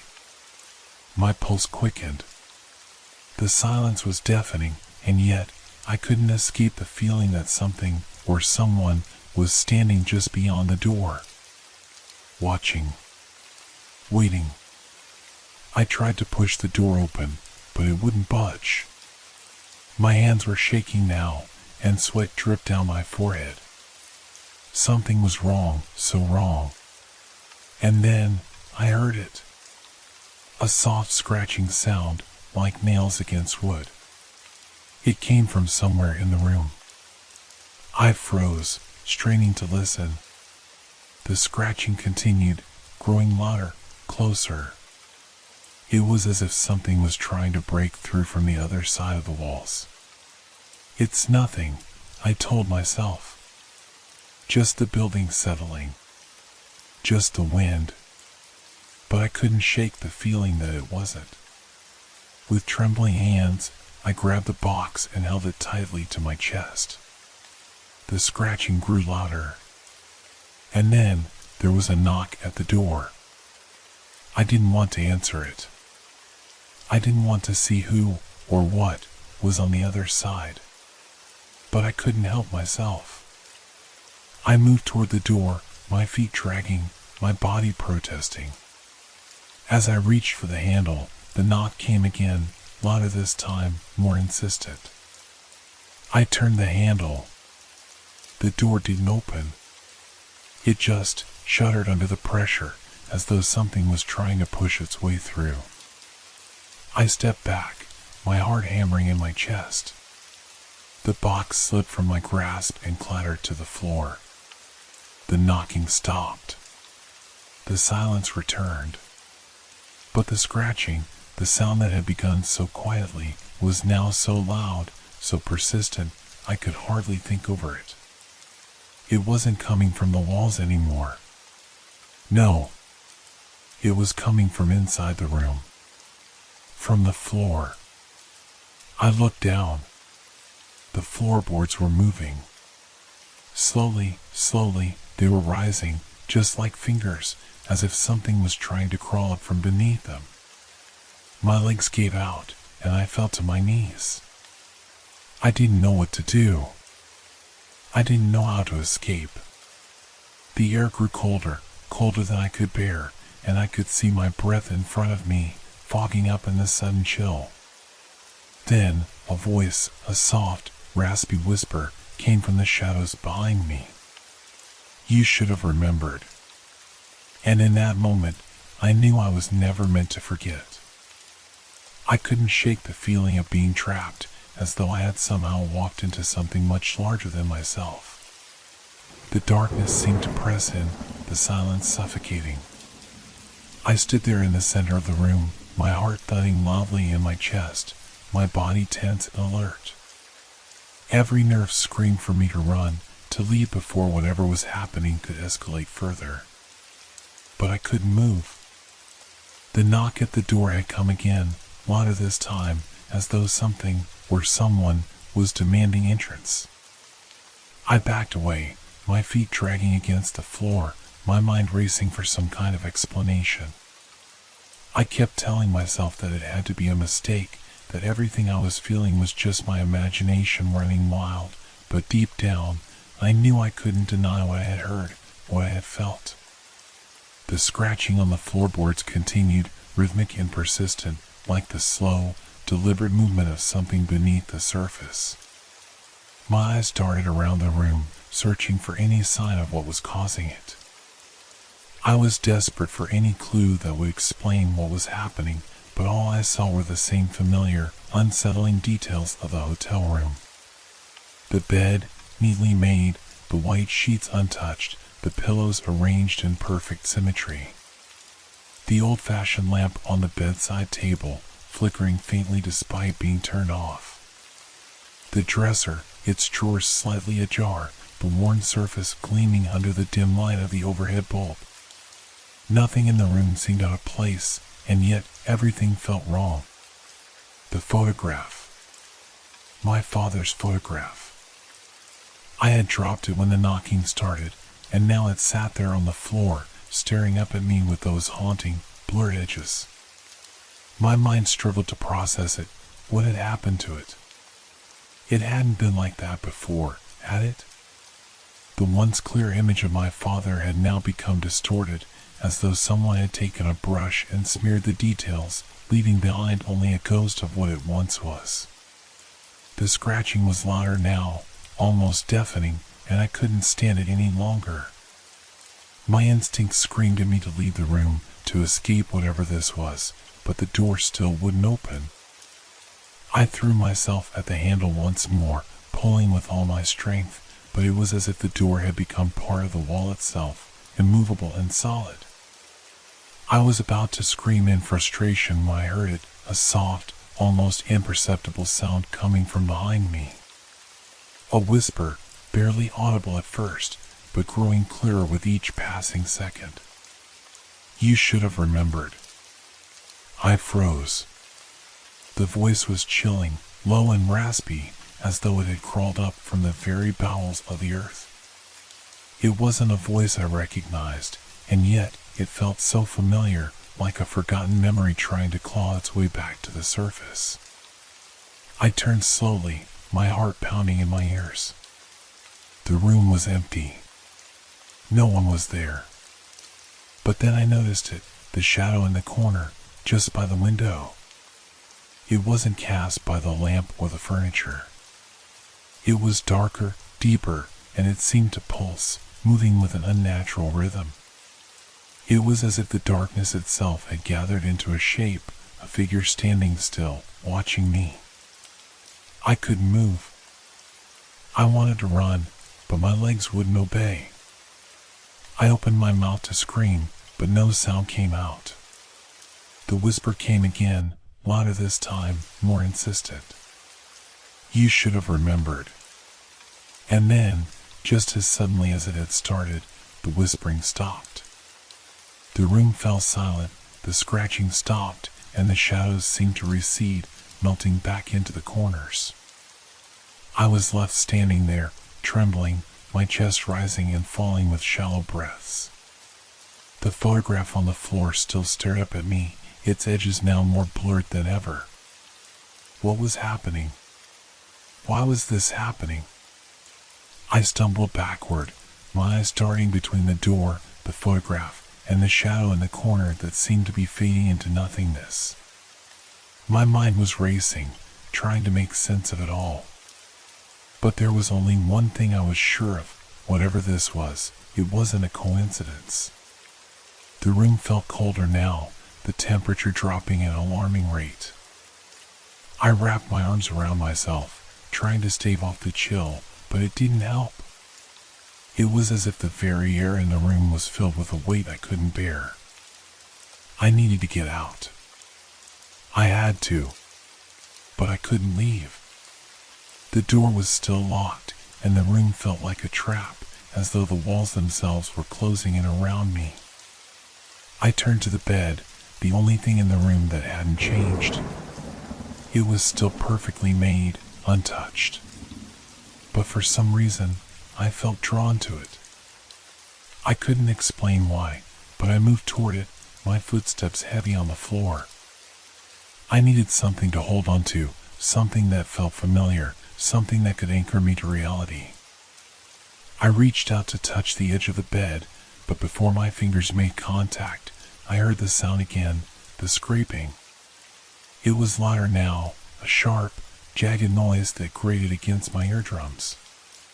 It wasn't coming from the floor this time. No. It was coming from beneath the bed. I dropped to my knees and peered underneath, my breath catching in my throat. There, half hidden in the darkness, was a small object. It was a book, worn and faded, with a cover I recognized. My father's handwriting was on the spine in his familiar, looping script. I pulled the book out and opened it. Inside was a letter, yellowed with age, folded neatly between the pages. I unfolded it, my hands trembling. It was addressed to me. And as I read the first line, I knew this wasn't just a coincidence. This was something far beyond that. The letter said, "You should have remembered, son. It's not over." The words on the page seemed to blur in front of my eyes, the ink swimming as if the paper itself was alive. I read them again, my heart hammering in my chest, trying to understand. "You should have remembered, son. It's not over." The handwriting, my father's handwriting, looked familiar, but the words felt like a puzzle I couldn't piece together. Why was this letter in the book, and more importantly, why was it addressed to me? I had no memory of it, no recollection of ever seeing it before. But here it was, as if it had been waiting for me, hidden in the most unlikely place. I closed the book with a snap, the sound of it echoing in the stillness of the room. The shadows in the corner were now completely gone, and the air seemed to have settled, but the unease remained. My hands were still shaking, and I couldn't tell if it was from fear or confusion. The knocking came again, this time harder, as though someone, or something, was impatiently waiting on the other side. I jumped at the sound, the letter slipping from my hands and fluttering to the floor. I stood up abruptly, my eyes darting toward the door. Was it possible that someone was actually out there? I had been so focused on the eerie occurrences inside the room that I hadn't even considered the possibility of someone waiting outside, knocking for attention. But the sound, it didn't feel right. It was deliberate, almost menacing, like a challenge. I approached the door slowly, my breath shallow and quick. The letter still lay on the floor, its words seared into my mind, but I couldn't focus on it right now. Not with that knock. My hand reached for the doorknob, and just as I was about to turn it, a loud crash came from the corner of the room where the shadows had been. I spun around, my pulse racing. The lamp on the bedside table had fallen to the floor, its glass shattered into pieces. But there was no one there. No explanation.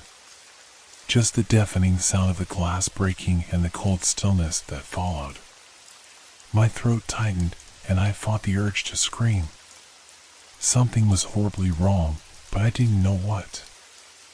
I felt like I was losing control, like the world around me was slipping further into madness with each passing second. I turned back to the door, gripping the doorknob with a fierce determination. Whatever was waiting for me outside, I needed to face it. The fear of the unknown had already taken hold of me, and I couldn't stay locked inside any longer. With a sudden burst of resolve, I yanked the door open. The hallway was empty. A wave of confusion washed over me as I stood in the doorway, staring down the long, silent corridor. No one was there. No sign of life. The hall was dimly lit, the faint glow of the overhead lights casting long, unnatural shadows against the walls. The air was thick with an unsettling stillness. I stepped out into the hallway, the door swinging shut behind me with a soft click. I turned back to the door, my mind racing, but there was nothing unusual about it. It looked just like any other hotel room door. No sign of the strange occurrences I had just experienced. No indication that anything out of the ordinary had ever happened. The knock, the letter, the broken lamp. It was all becoming a blur, like a nightmare I couldn't wake up from. I stood there in the hallway, the weight of everything pressing down on me, and then I heard it again, the softest whisper, barely audible, but unmistakable. You should have remembered. I froze, the hair on the back of my neck standing on end. It was coming from behind me. I spun around, but once again, there was nothing there. No one. But the whisper was still there, lingering in the air, as if it was following me. The hallway stretched out in front of me, empty and dark, and I couldn't shake the feeling that I was being watched, that something unseen was lurking just out of sight. It felt like the walls themselves were closing in, like the hotel was a living, breathing entity, and I was its prisoner. I turned back to the door, my fingers still trembling as I reached for the handle. But the moment my hand touched it, I felt the unmistakable sensation of eyes on me. I whirled around, but this time, I wasn't alone. A figure stood at the far end of the hallway, shrouded in shadows. It was tall, its outline blurred, but I could feel its presence, an oppressive force, watching me, waiting for me to make a move. My breath caught in my throat, my mind racing. I couldn't make out any details about the figure, but there was something disturbingly familiar about it, something that tugged at the edges of my memory. The whisper came again, this time louder, more insistent. You should have remembered. I took a step forward, and the figure did the same. Slowly, deliberately. Its movement was fluid, unnatural, like it wasn't entirely bound by the rules of the physical world. I couldn't breathe. My heart was in my throat, and my legs felt like they were made of stone, rooted to the spot. I knew I needed to move, to run, to escape, but my body refused to obey. I stepped back, my eyes fixed on the figure, and in that moment, the world seemed to tilt. The hallway stretched unnaturally long, the walls closing in tighter and tighter. The figure moved closer, its form becoming more solid with each step. Its presence was suffocating, and I could feel the weight of it pressing down on me. I reached for the door, but it wouldn't open. The handle was stuck, frozen in place. I pulled harder, panic rising in my chest, but it was no use. The figure was right behind me now. Its breath was cold against the back of my neck, and I could feel its hand, cold, clammy, resting on my shoulder. And then, just as I thought I couldn't take it anymore, I heard a voice. A familiar voice. A voice I hadn't heard in years. Remember me? It was my father's voice. I turned around, and for the first time, I saw the figure's face. The figure's face emerged from the shadows, and my breath caught in my throat. It was my father. Or rather, it looked like him, his features, his eyes, his mouth twisted in a knowing smile. But something was off, something was deeply wrong. The face was too pale, too smooth, as if the life had been drained from it. His eyes were hollow, dark, with no trace of warmth. They stared at me with an intensity that made my skin crawl, and his smile was unsettling, as if he knew something I didn't, something that would break me if I understood. Remember me, he whispered again, his voice hollow, echoing in the cold air of the hallway. I staggered back, my mind reeling. This couldn't be real. My father was dead. I had buried him years ago, alongside my mother, after that tragic accident. How could he be standing here now? Was this a nightmare? A hallucination brought on by the strange happenings in the room? But the figure, my father, stepped closer, and the coldness in the air grew even more suffocating. My legs buckled, and I fell to my knees, trembling uncontrollably. I could feel my heart pounding in my chest, the blood rushing in my ears, the world spinning around me. Why are you doing this? I managed to choke out, my voice barely audible. The figure didn't answer. Instead, it reached out with a skeletal hand, slowly and deliberately, until its fingers brushed against my cheek. The touch was ice cold, sending a jolt of terror through my body.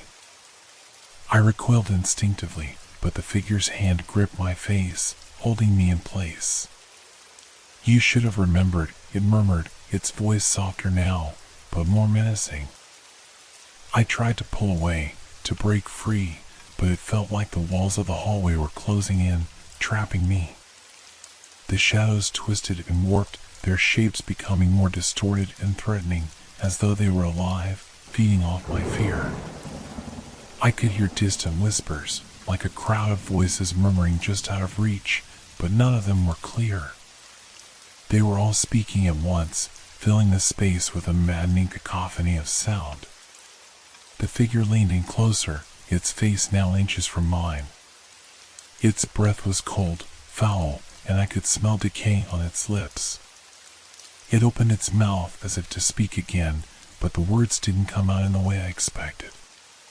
Instead, it spoke in a language I didn't understand, a low, guttural chant that sent a shiver down my spine. The words were ancient, distorted, as though they were coming from a place far beyond this world. The air seemed to thrum with energy, the very ground beneath me vibrating with an unnatural force. I couldn't breathe.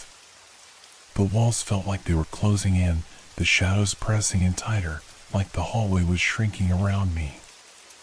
My chest tightened, and I felt a surge of panic rise within me.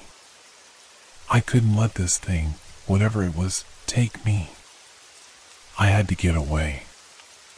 I had to. Suddenly, the figure released its grip on my face, and I gasped for air, collapsing to the floor. My heart was racing, my vision blurry from the overwhelming fear. I scrambled to my feet, desperate to escape, but the hallway seemed to stretch on endlessly. No matter which direction I ran, it felt like I was getting nowhere. The walls twisted, the lights flickered, and every step I took felt like I was walking deeper into a maze that had no exit. I turned back to face the figure, but it was gone. The hallway was empty again, the whispers fading into silence. Was it gone? Had it been a hallucination? I wasn't sure. I couldn't trust my senses anymore. Every time I thought I had a grip on reality, it slipped away from me, like sand through my fingers. I reached for the door again, my hand shaking as I gripped the handle, but the door wouldn't budge. It was stuck. I pulled harder, panic rising, but it wouldn't open. Remember me, I heard again, but it wasn't from behind me this time. It was right in front of me. I turned around, my eyes wide, and there, just a few feet away, was a mirror. I hadn't noticed it before, but now it stood tall and ominous, reflecting the dim light of the hallway. The figure's face stared back at me from the glass, its smile stretching unnaturally wide. I stumbled backward, my breath catching in my throat. The reflection wasn't just my father anymore. It was me. The face in the mirror was mine, but distorted, twisted, as if I had become something else entirely. My eyes were wide with terror, my skin pale, my expression frozen in fear. But it wasn't just a reflection that unnerved me. It was the sensation that the figure in the mirror wasn't me at all. It was something else wearing my face. The voice came again, but now it was not a whisper. It was loud, deafening. You should have remembered. You are me. And then, in an instant, the reflection began to change again. My face in the mirror cracked, its features warping and splitting, as if the glass itself was shattering. The figure grinned wider, its mouth stretching far beyond what was natural, and it reached out from the mirror. I screamed, stumbling backward, but before I could move, the figure's hand shot out, grabbing me by the arm. The world went dark.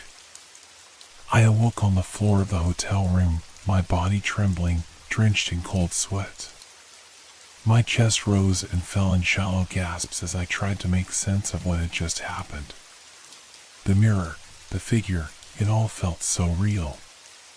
My head ached, and for a moment, I wondered if I had dreamed the entire thing. But then, I remembered the chill in the air, the voice echoing in my ears, and the suffocating presence that had loomed over me. I pushed myself off the floor, my hands shaking as they braced against the carpet. The room was eerily silent now, and for the first time since I arrived, it felt as if the space had returned to normal.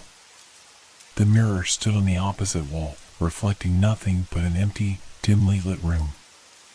But I couldn't shake the feeling that something was watching me, waiting. I slowly turned my gaze toward the door. The object I had found earlier, the old family locket, was now lying on the floor in front of it, just like before.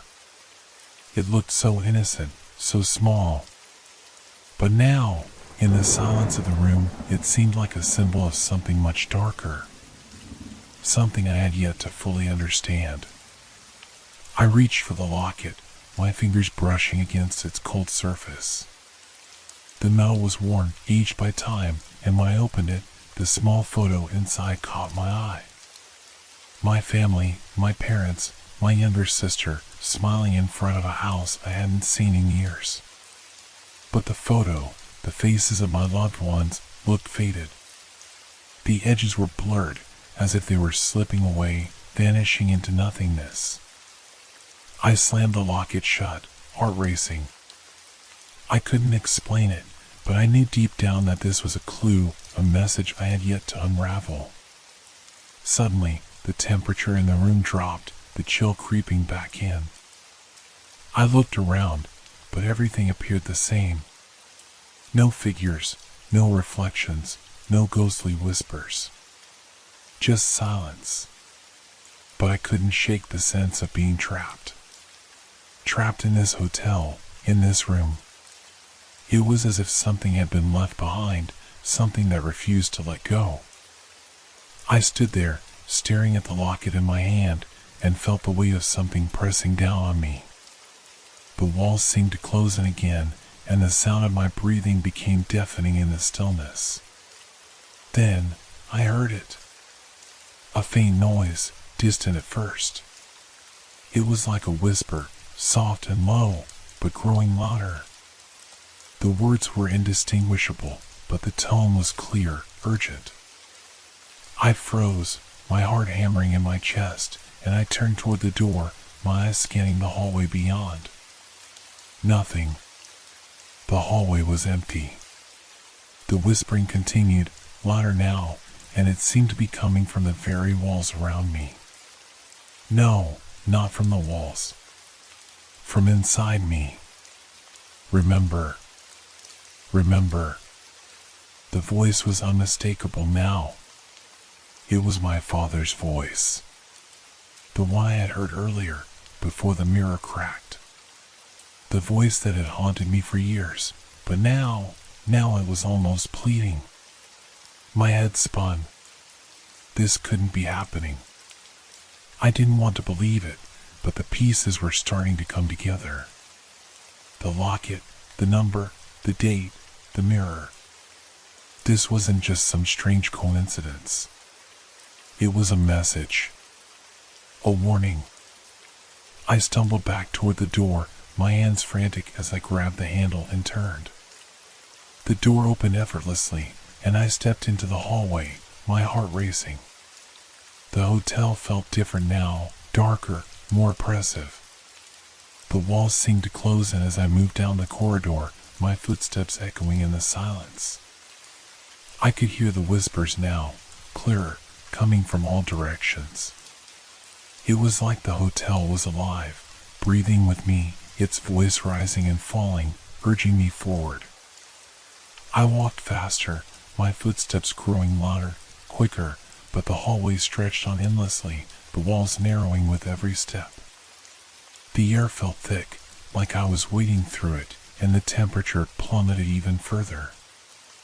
I could see my breath now, puffing in front of me like smoke in the cold. My skin prickled with unease, and the feeling of being watched returned, suffocating. And then, I heard it.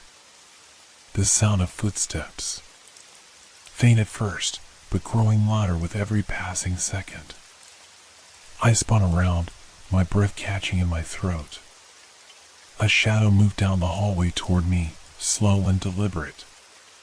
It was human-shaped, but it wasn't my father this time. It was something else. Something darker. The shape was faceless, its outline flickering in and out of focus, like it wasn't quite real. I wanted to run, but my legs wouldn't move. My body was frozen in place, locked in some kind of unholy trance. The shadow reached out, its hand stretching toward me, and I could feel the air grow even colder as it came closer. The whispers turned into voices, more voices, until they were a cacophony, a chorus of pleading, desperate souls. Remember. The hand of the shadow reached forward, and just as it was about to touch me, the light above flickered and went out, plunging the hallway into complete darkness. I screamed.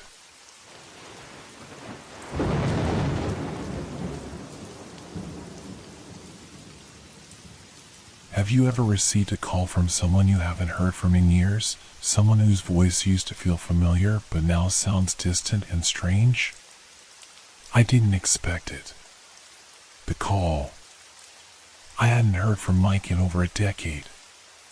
We used to be inseparable in high school, two sides of the same coin.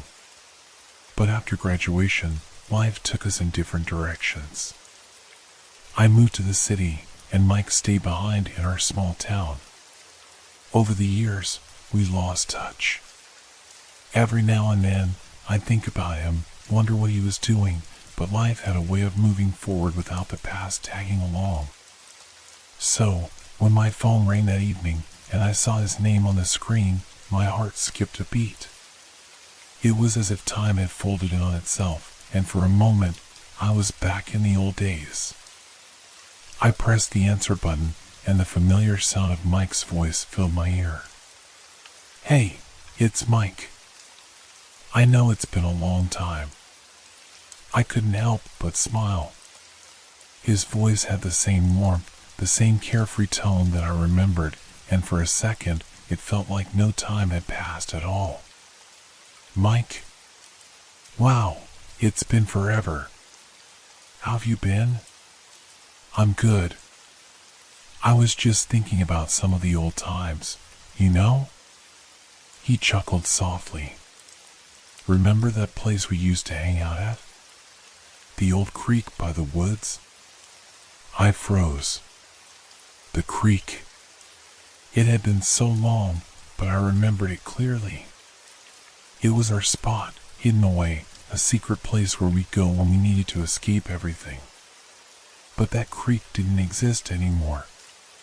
Not physically, at least. It had been covered up when they built the new housing development in that part of town. The woods had been cut down, and the creek had been filled in. That place, that memory, was gone, wiped from the map. Wait, Mike, I said, my voice catching in my throat. That creek, it's not even there anymore. They built over it, remember? There was a pause on the other end of the line. Then Mike's voice returned, quieter, almost hesitant. Yeah, I know. But I was there today. I don't know how to explain it, but I swear I went back there. It was like it was just there. Like it never left. My stomach twisted. I felt a cold chill creep up my spine.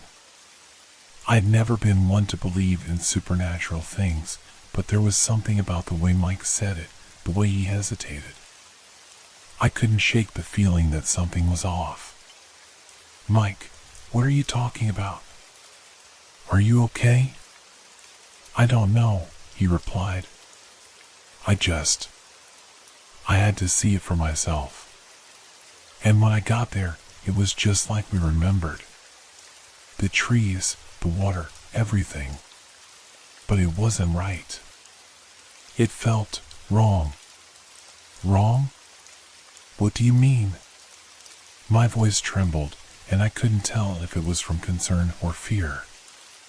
It was like I wasn't supposed to be there. Like the place didn't want me there. His voice dropped lower, almost a whisper. I saw something, too. Something I shouldn't have. A shiver ran down my spine. I knew Mike well enough to know when he was serious. He wasn't the type to joke about things like this. What did you see? I asked, my throat dry. There was another long pause. I could hear him breathing on the other end, and it sent an uneasy feeling through me. Finally, he spoke again, his voice distant. I saw you, man. You were there. But not like you are now. You were younger. Like you were from the past, standing by the creek. You looked at me, and then you just disappeared. Just like that. Vanished. I felt a weight settle on my chest. His words didn't make sense, but the eerie calmness in his voice made me believe him. This wasn't some wild story or a prank. Mike was serious. And if he was telling the truth, then... Mike, are you sure you're okay? Maybe you're just... I don't know, imagining things? I offered, but even as the words left my mouth, I could hear how hollow they sounded. I don't think I'm imagining it, he replied. I've been thinking about this for hours now. I don't know how to explain it, but it felt like... I don't know, like it was meant to happen. Like I was supposed to see it. Like we're connected to that place. Like it's part of us. His words hung in the air, heavy and unsettling. My mind raced, trying to make sense of it all. I didn't know what Mike had experienced, but I could feel it now, the weight of the memory, the pull of something long forgotten. You need to come back here, I said, before I even knew what I was going to say. We need to talk about this. We need to figure out what's going on. But Mike didn't respond right away. Instead, there was a long silence, and then, with a voice that sounded almost hollow, he said, "It's already too late." Before I could say anything else, the line went dead. I sat there, staring at my phone, my heart pounding. I don't know why, but I felt that familiar unease that I hadn't felt in years. It was like something had shifted, and everything I thought I knew about my past, about the world, was suddenly not what it seemed. I didn't know what Mike had seen that day, but I had a feeling I was about to find out. And I wasn't sure I was ready for it. The next few days felt like a haze. I couldn't stop thinking about that call. Mike's words echoed in my head, louder and louder, no matter how hard I tried to shake them off. It's already too late. What did he mean? What did he see? I couldn't understand it. It was just a creek. Just a place from our past. But the way Mike spoke about it, It was as if something was reaching out from that place, pulling at the fabric of time itself. I had to get to the bottom of it. I decided to visit the old town, the place where we grew up. It wasn't far, just a couple of hours' drive. But as I packed my bag, a strange feeling settled over me, one I couldn't quite shake. It wasn't just nostalgia or curiosity. It was more like dread, an overwhelming sense that something had changed, that things weren't as they should be. The drive itself felt long and uneventful, but the closer I got to the town, the more tense I became. The streets looked the same, quiet, small-town charm with old brick buildings, a few scattered cars, and the familiar smell of freshly cut grass. Nothing was out of place, yet everything felt wrong.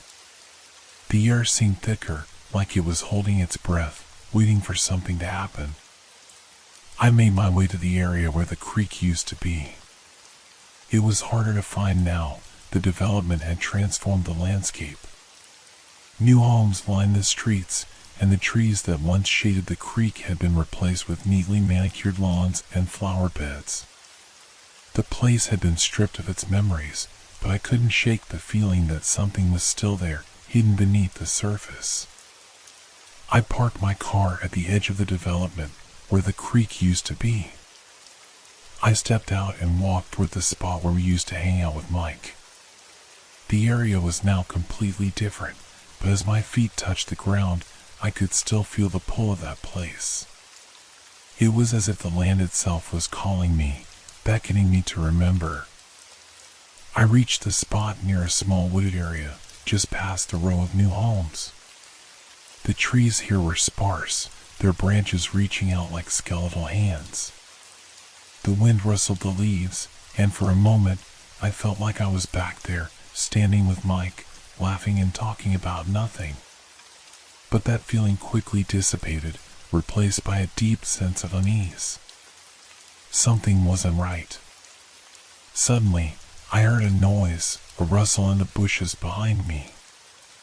I turned quickly, but there was nothing there. Just the trees swaying gently in the breeze. But the hair on the back of my neck stood up. I wasn't alone. I could feel it. I took a few cautious steps forward, but then I froze. Just ahead, in the distance, I saw something. A figure standing in the shadows of the trees, barely visible but unmistakable. It was a person, but their features were blurred, like a smudge on a photograph. My heart raced as I instinctively stepped back, my mind racing. Was it Mike? No, it couldn't be. I hadn't seen him in years. But this person, whoever they were, seemed to know I was here. They didn't move, didn't speak, just stood there watching me. I hesitated for a moment, unsure what to do. Should I approach? Or should I run? I had to find out what was happening, but something told me I wasn't ready for whatever was waiting for me here. I took a deep breath, steeling myself, and took a step forward. But as soon as my foot hit the ground, the figure was gone. Just like that. Vanished. As if it had never been there at all. I blinked, trying to make sense of it, but there was nothing. No sign of movement, no footprints in the dirt. I felt a cold shiver crawl up my spine. Was it a trick of my mind? Or was something else at play here? I stood there for a few more moments, scanning the area. Nothing. The woods were still and quiet, but I couldn't shake the feeling that something was lurking just out of sight. Something that didn't belong. I decided to head back to my car, my legs shaky beneath me. As I walked, I kept glancing over my shoulder, half expecting to see the figure again. But there was nothing. Just the faint whisper of wind in the trees. When I reached my car, I slammed the door shut behind me, locking it. I took a deep breath, trying to calm myself, but the feeling of unease wouldn't leave. I couldn't explain what had just happened. I didn't know if it was real or if it was all in my head.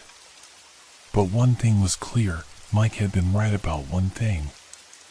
This place was connected to something I couldn't yet understand.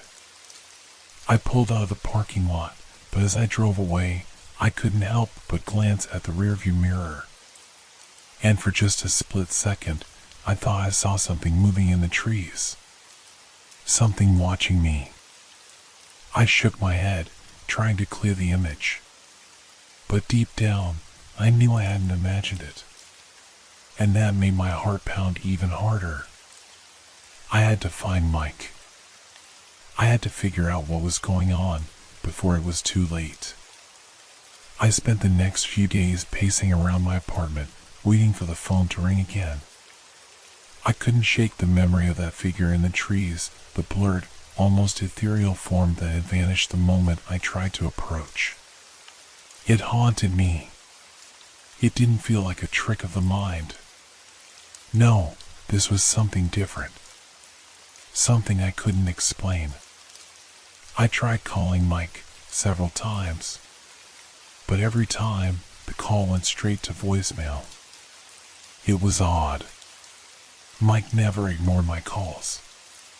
We'd been through too much together for him to just drop off the map like this.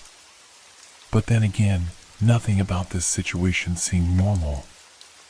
On the fourth day, I couldn't take it any longer. I had to see him. If I was ever going to get answers, I had to talk to Mike face to face. I packed my things and drove to his old house, where we had spent so many hours together as kids. I was hoping I would find him there. Maybe he'd been busy with work, or maybe he just needed time to think. When I pulled up to his house, the familiar sight of the small, two-story building gave me a small sense of comfort. Nothing had changed. The flower boxes were still on the windowsills, and the front lawn was perfectly manicured. It felt like nothing had ever happened. Like we could walk through the front door and pick up right where we left off. But as I stepped up to the porch and knocked on the door, the silence that followed made my stomach turn. No answer. I knocked again, this time a little louder. Still nothing. It was late afternoon, so it didn't make sense for Mike to be out, especially not without letting me know. Something was wrong. I stood there for a moment, listening. The neighborhood was eerily quiet. Not a single sound came from any of the nearby houses. It was as if the whole block was holding its breath. I decided to check the back of the house, thinking maybe Mike was in the backyard. As I walked around the side of the house, I noticed something odd. There was a small shed at the far end of the yard. It had always been there, but I never really paid much attention to it. It looked old, the wooden walls peeling and weathered. Something about it felt off now, though. Like it didn't belong. Without thinking, I made my way toward it. As I approached, I noticed the door was slightly ajar. The hinges creaked as I pushed it open. The shed was dark inside, filled with old boxes and tools covered in dust. But there, in the corner, something caught my eye. It was a picture frame. The glass was cracked, and the photo inside was faded, but it was unmistakable. It was the same picture from my parents' living room, the one from our childhood. Mike and I standing next to the creek, laughing. But there was something different about it now. The faces were blurred, as if they had been smudged out. Just like the figure I had seen in the trees. My heart raced. I reached out and picked up the frame, my fingers trembling. The photo had been placed there deliberately, as if someone had been waiting for me to find it. I turned it over, searching for any clue, any sign that this was some sick joke. But the back of the frame was clean. No message, no name. Just the eerie, silent presence of that distorted image. A chill ran down my spine as I stared at the photo. I had to get out of there. But before I could move, I heard it. The unmistakable sound of footsteps, soft but distinct, coming from inside the shed. I froze. At first, I thought it was just the wind or an animal moving in the distance. But no, the footsteps were too deliberate, too human. And they were getting closer. I wanted to run, but my legs wouldn't move. I was frozen, my breath coming in shallow gasps as I strained to hear any other sound. The footsteps stopped, and the silence that followed was even worse. It was as though something was waiting, watching me. I turned slowly, my heart hammering in my chest. The shed was still empty, but something felt wrong. The air had shifted, as if it was thick with the presence of something unseen. Suddenly, the hairs on the back of my neck stood up, and I turned just in time to see a shadow moving at the edge of the yard. It was faint, but there, just beyond the trees, a figure. It wasn't Mike. It was something else, something I couldn't place. The same blur I had seen before, but this time it was different. It wasn't just a blur, it was growing, stretching, becoming more solid with every second. I stumbled backward, panic surging through me. My mind screamed at me to run, but my feet were rooted to the ground.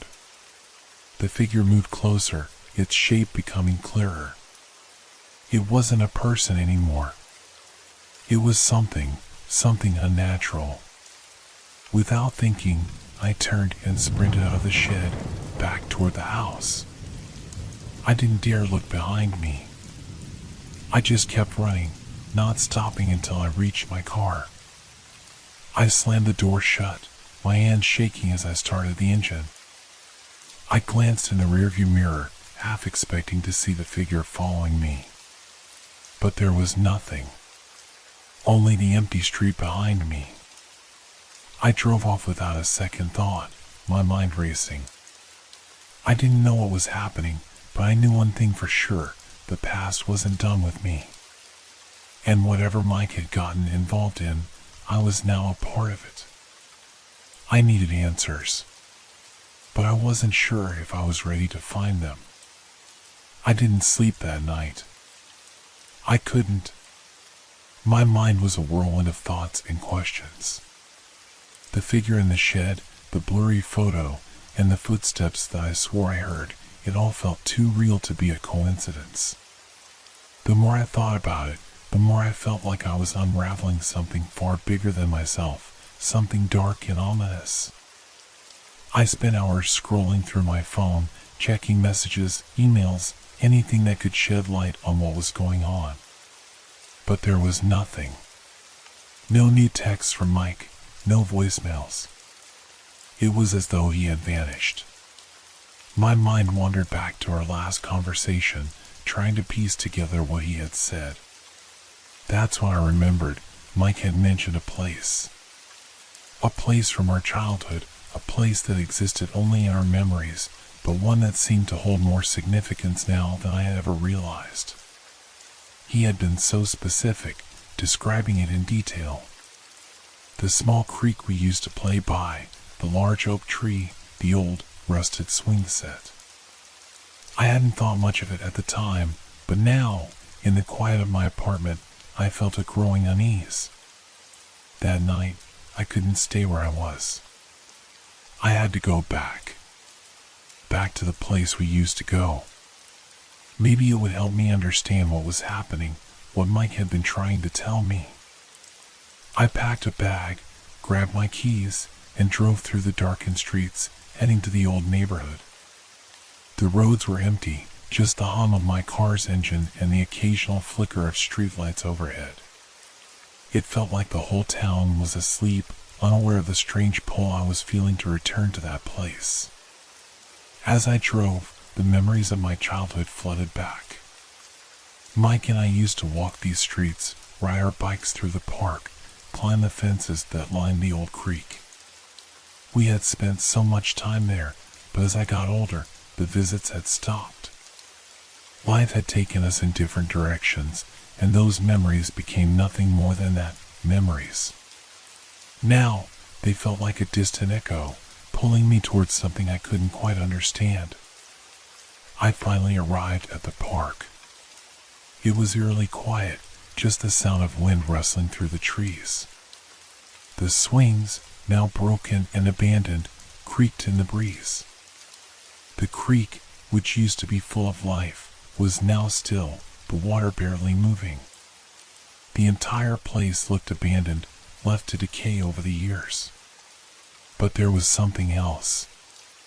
A sense of unease, something that made my skin crawl. I felt as though I wasn't alone.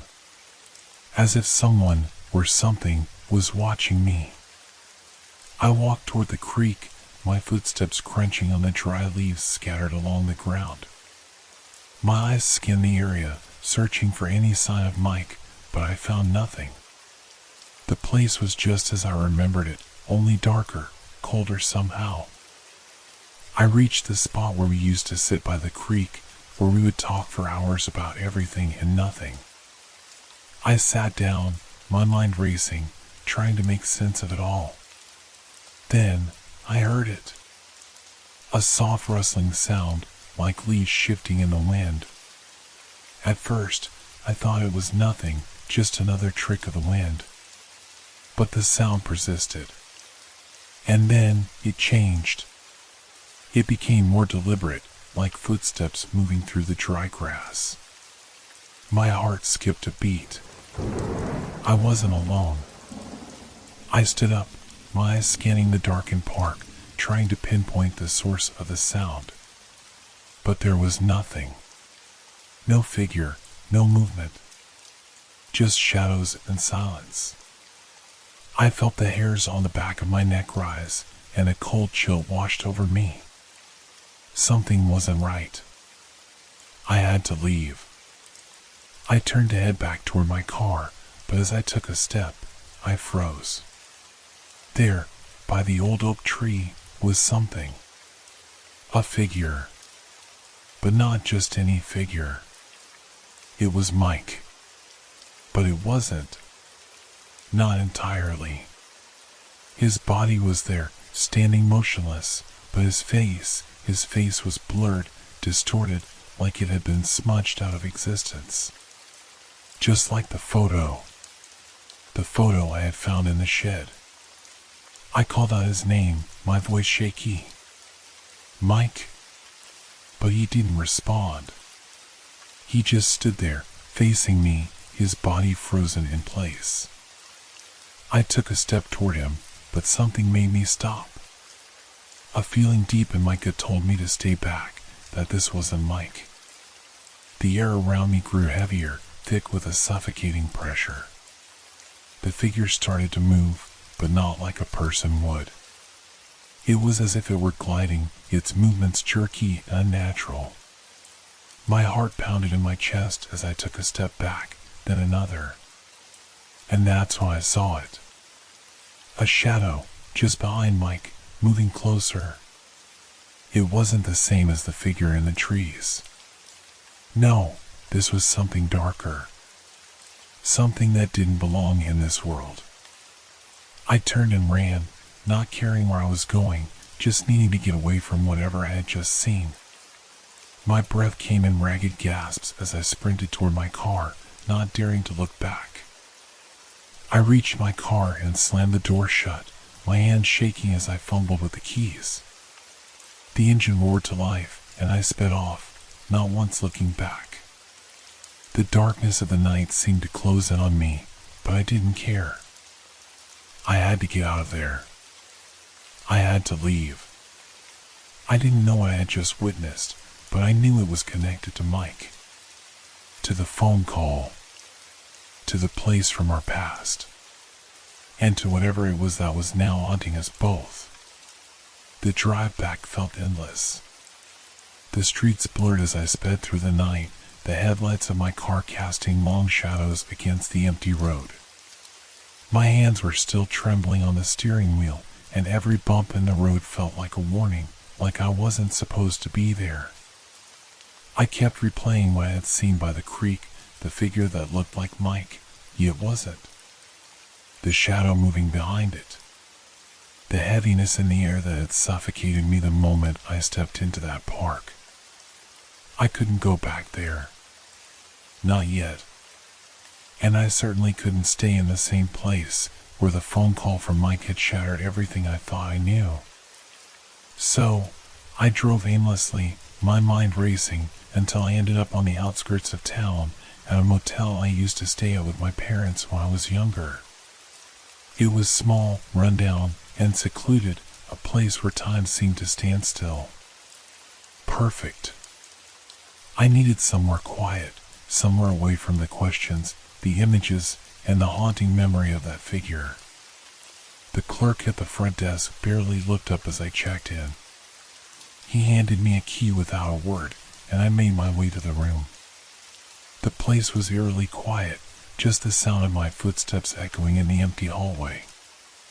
I couldn't shake the feeling that someone was watching me, but I pushed it aside. I was exhausted. I needed sleep. I locked the door behind me and sat on the edge of the bed, staring at the plain walls. The room was small, nothing special, but it offered the solitude I needed. I sank back into the bed, staring at the ceiling, my mind still reeling from what had happened. Suddenly, the phone on the nightstand rang. I jolted upright, my heart leaping into my throat. Who could be calling me now? My pulse quickened as I reached for the receiver, my hand shaking. "Hello?" I said, my voice barely above a whisper. There was a long pause on the other end, just static at first. Then, a voice. It was Mike's voice. "Get out," he said, his words low and strained, as though he was struggling to speak. "Leave the motel. Don't go back. Don't come looking for me." I froze. "Mike? Where are you? What's happening?" The line crackled again, and I could barely make out his voice as it became more distorted, more distant.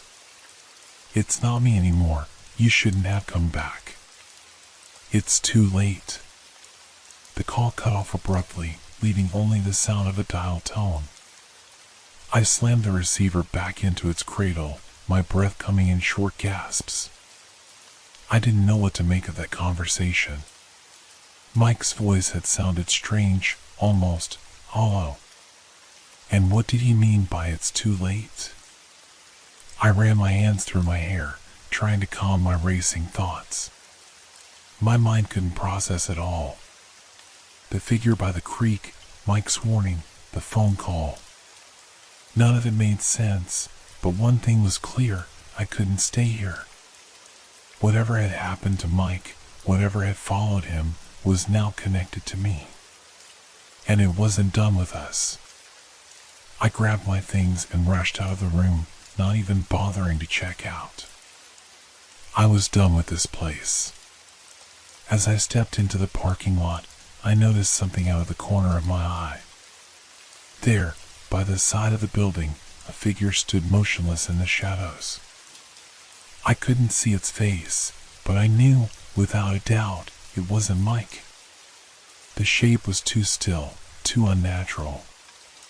I turned and ran, not stopping until I was back in my car.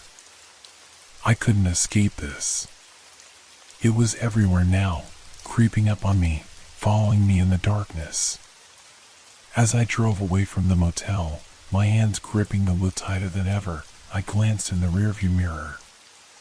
For a brief moment, I thought I saw a shadow flicker behind me, just for a second. But when I looked again, there was nothing. I didn't know how this would end. I didn't know if Mike was even still alive, or if whatever was after him was now after me, too. But one thing was certain. There was no turning back now. And whatever this was, whatever nightmare had started with that phone call, had only just begun.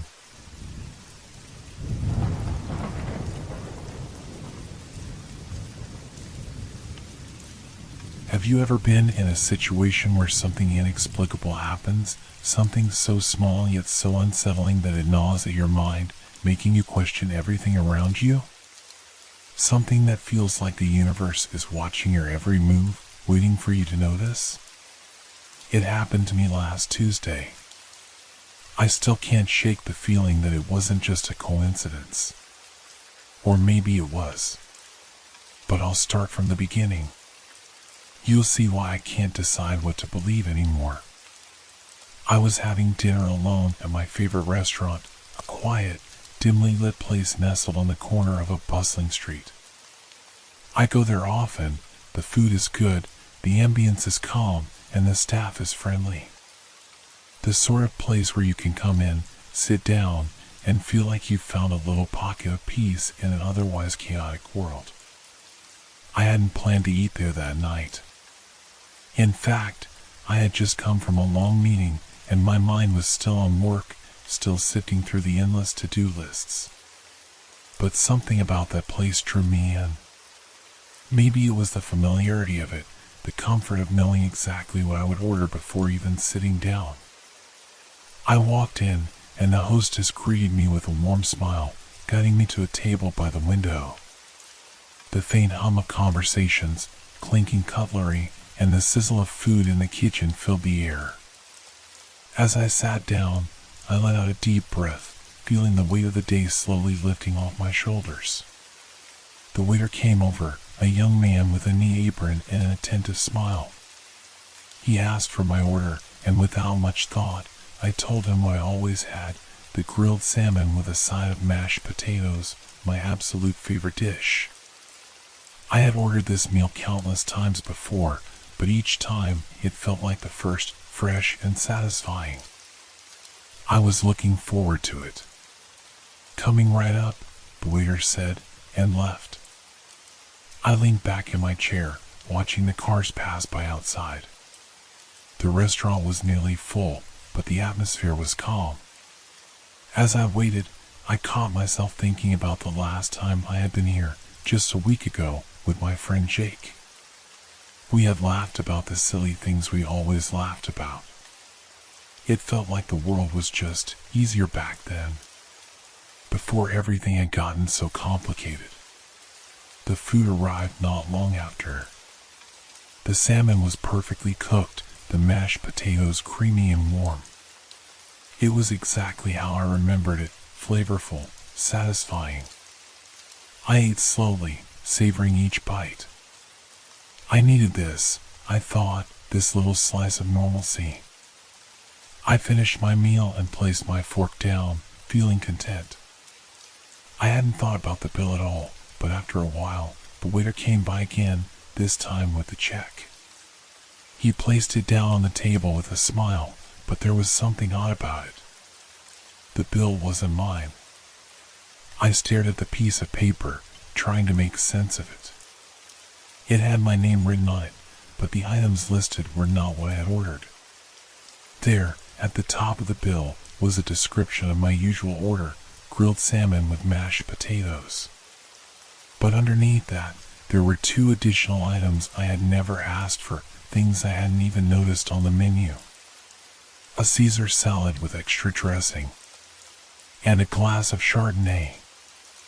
I glanced up at the waiter, confusion setting in. "I think there's been a mistake. I didn't order these." He didn't seem surprised, just a little apologetic. "Sorry, sir, but this is the bill for your table," he said with a hint of uncertainty. "But I didn't order the salad or the wine," I repeated. "Are you sure this is for me?" He hesitated, and then glanced at the bill himself, as though just noticing the same thing. I'm sorry, sir.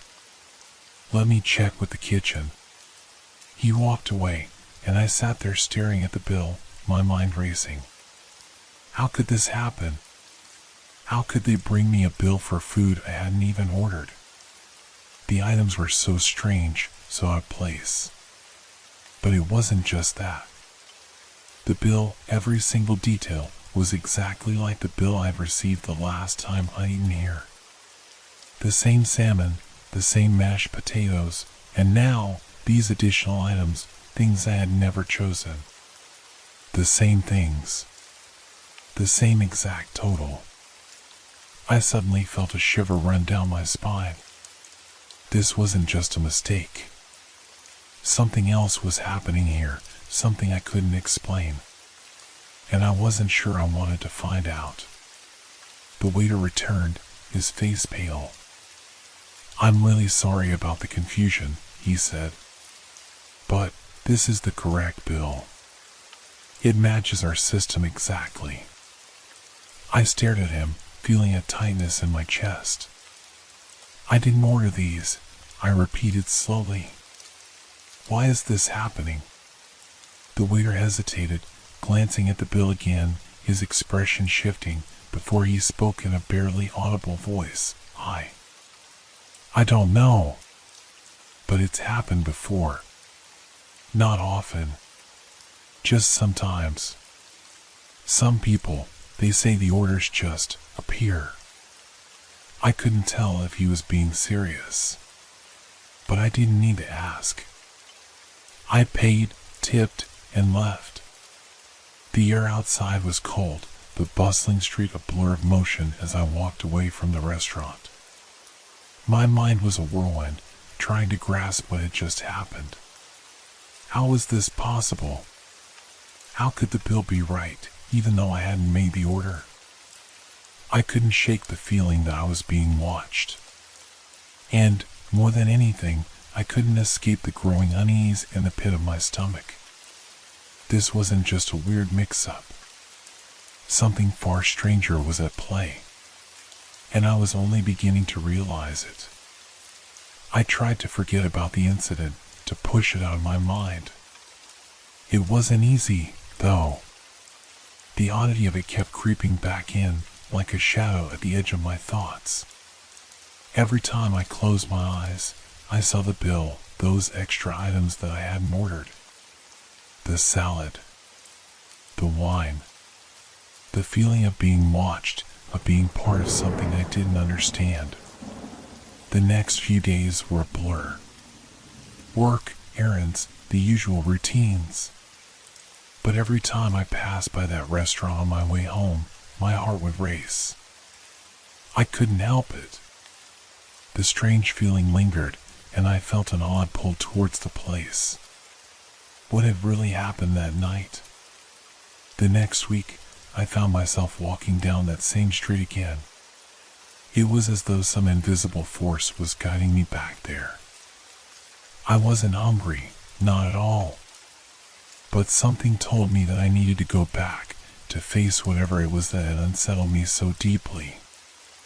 I stood outside the restaurant for a few moments, taking in the familiar sight. The sign. The lights shining through the windows. The faint hum of voices inside. Everything looked just the same, as though nothing had changed. I stepped in. The warm air inside was a relief from the chill outside. The hostess greeted me with her usual smile, and she led me to a table in the same spot by the window. My table. It felt strange, like I had been here before, but I hadn't. Not really. I sat down, trying to calm my racing thoughts.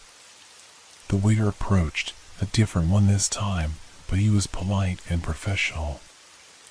I barely looked at the menu. I knew what I wanted. "Grilled salmon with mashed potatoes, please," I said, my voice slightly shaky. He nodded. "Of course, sir. I'll bring it right out." I leaned back in my chair, staring out the window, watching the traffic pass by. For a moment, I tried to push the anxiety away, to focus on the mundane, the sounds of the restaurant, the hum of the kitchen, the soft clink of glasses. Then, as if on cue, the waiter returned with the bill before I even had a chance to finish my meal. I blinked, confused. The bill? Why would he bring it now? I hadn't even eaten yet. He placed it down on the table without a word and walked away. I stared at it. My name was written neatly at the top, and the total was already calculated. But just like before, the items on the bill were wrong. The grilled salmon, the mashed potatoes, and then the 2 additional items. The Caesar salad, the Chardonnay. My breath caught in my throat. This couldn't be happening again. It wasn't possible. I glanced around the restaurant, my eyes flicking from one person to another. No one seemed to notice. The noise of the place continued, the laughter, the clinking of glasses. It was as if nothing had changed. I stood up suddenly, too quickly, my chair scraping loudly against the floor. I needed to get out of there. I needed air. I needed space. I wasn't sure what was happening, but I felt like I was losing control. I walked quickly to the door, the sound of my footsteps echoing in my ears. But as I reached the exit, I paused. The waiter was standing by the counter, watching me. His face was expressionless, but his eyes, there was something in his eyes. I hesitated for a moment, and then, against my better judgment, I turned back toward him. "Why?" I asked, my voice shaky. "Why is this happening? Why is the bill always the same?" The waiter didn't answer right away. He seemed to be choosing his words carefully. Then, he spoke in a low voice. "It's not something we can explain, sir. It doesn't happen to everyone, just some people." "Some people?" I repeated, my heart pounding. "What do you mean?" He didn't say anything else. He just nodded, a faint, almost apologetic look on his face. And in that moment, I realized that whatever was going on here, whatever had been happening the last time I'd eaten here, it wasn't random. It wasn't a mistake. It was deliberate. I didn't ask any more questions. I turned and left the restaurant, stepping out into the night. The cool air hit me like a slap in the face, but it didn't do anything to ease the sense of unease crawling up my spine. I had to get away from this place. From whatever this was. I wasn't sure if I was just imagining things or if there was something more sinister at play. But I couldn't ignore the feeling that I was being controlled somehow. As if the restaurant, and whatever force was behind it, knew something about me. Something that I didn't know. I didn't go back the next day. Or the day after that. I didn't want to risk running into that same waiter. Or seeing that bill again. But even as I stayed away, the thought of it stayed with me, gnawing at my mind. What did it mean? What was the connection between me and this place? Why had they given me those same items, those strange additions? Every night, I would lie awake, staring at the ceiling, haunted by the unanswered questions. And then, last night, I got the call. It was late, too late for anyone to be calling me. I glanced at the screen, my heart skipping a beat while I saw the name flashing there, the restaurant. The same place. The same unknown force. I hesitated for a moment, then answered. The voice on the other end was cold, distant, but unmistakably familiar. "It's time to come back," the voice said, the words heavy with an unsettling finality. And just like that, I knew I had no choice. I didn't know why I picked up the phone. Something deep inside me told me to hang up, to ignore the call and pretend it never happened. But I couldn't. The voice on the other end of the line had done something to me, something that made me feel like I had no control over my own actions. "Come back," the voice repeated. It was calm, almost too calm. "It's time to finish what you started." I swallowed hard, my throat dry. I could feel the weight of the words hanging in the air, like a cloud of tension. There was no turning back now. Why? I managed to croak. My voice barely sounded like my own. The voice didn't answer right away. There was a faint sound of something in the background, soft rustling, the clink of dishes, the murmur of conversations. It sounded like the restaurant. The same place. My heart skipped a beat. You know why, the voice said finally, its tone still as eerie as before. You felt it, haven't you? The pull. The way everything seems connected. I didn't answer, but my mind was racing. Yes, I had felt it, the strange pull, the growing sense that something was wrong. Something was out of place. It's not over, the voice continued. The game is far from finished. A chill ran down my spine. The game? What game? Before I could ask another question, the call ended abruptly, leaving nothing but the dial tone in its wake. I stood there, holding the phone, my breath shallow and uneven. I didn't know what to think, what to do. Was this some kind of sick joke? Or was there something more to it? I felt like I was losing my grip on reality, like everything was slipping away from me and I had no way of stopping it. I tried to shake it off, tried to convince myself that I was overreacting. But the fear wouldn't leave. The feeling that I was being manipulated, that everything around me was somehow connected to the restaurant, wouldn't go away. It only grew stronger. I knew I had to go back. I had no choice. The voice had told me to return, and now I couldn't ignore it.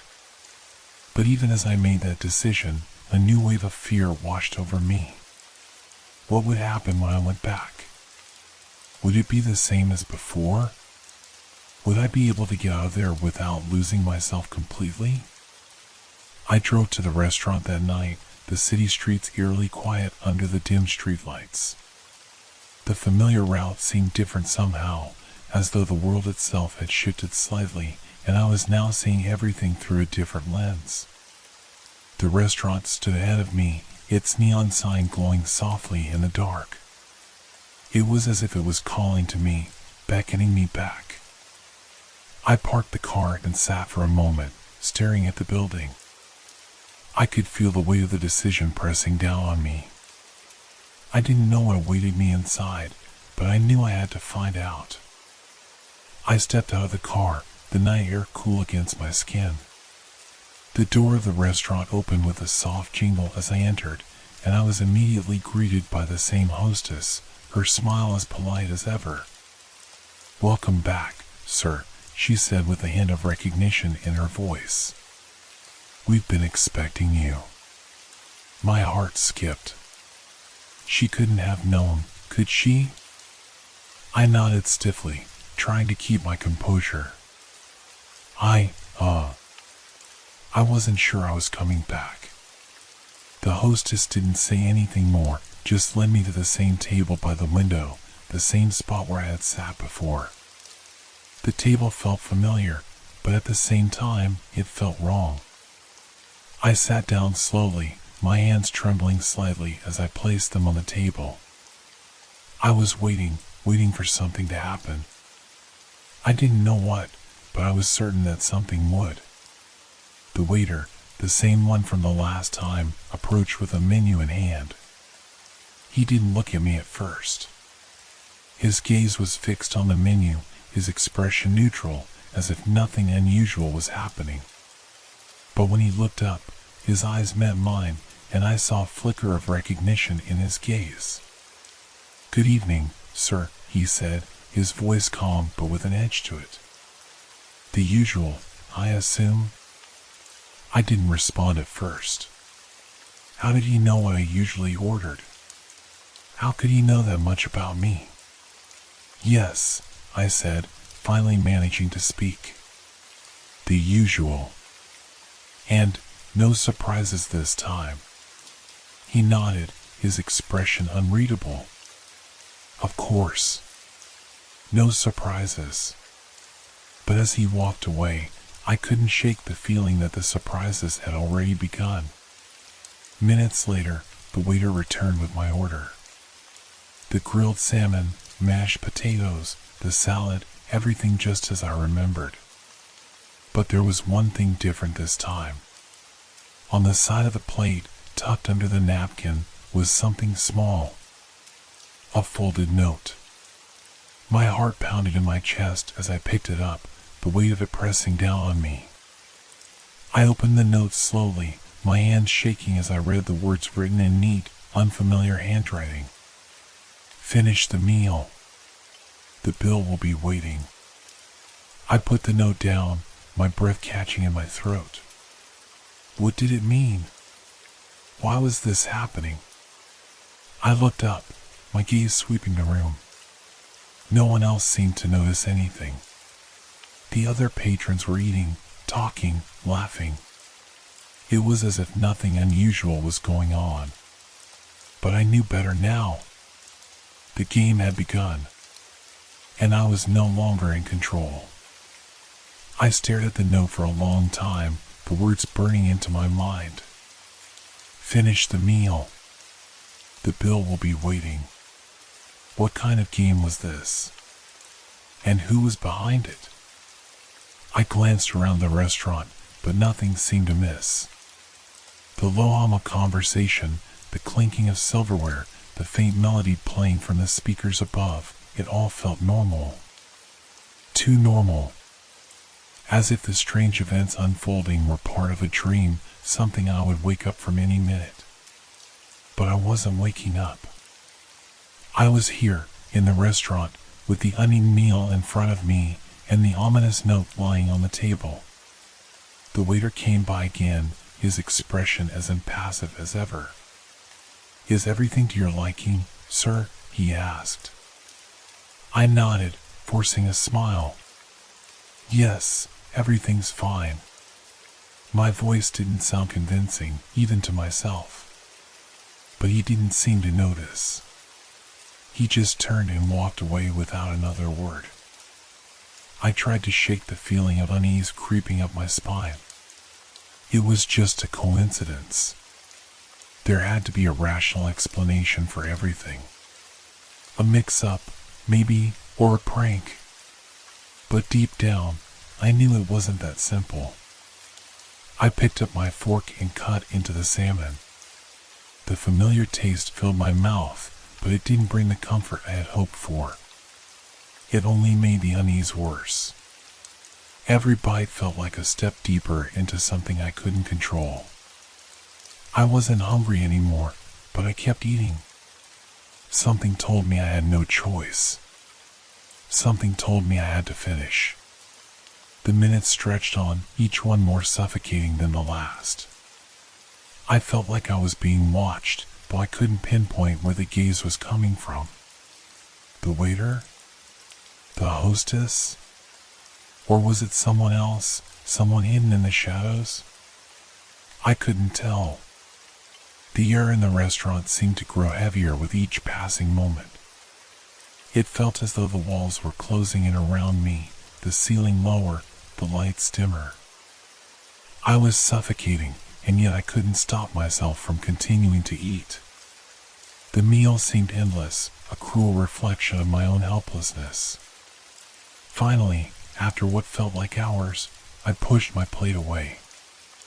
I couldn't eat anymore.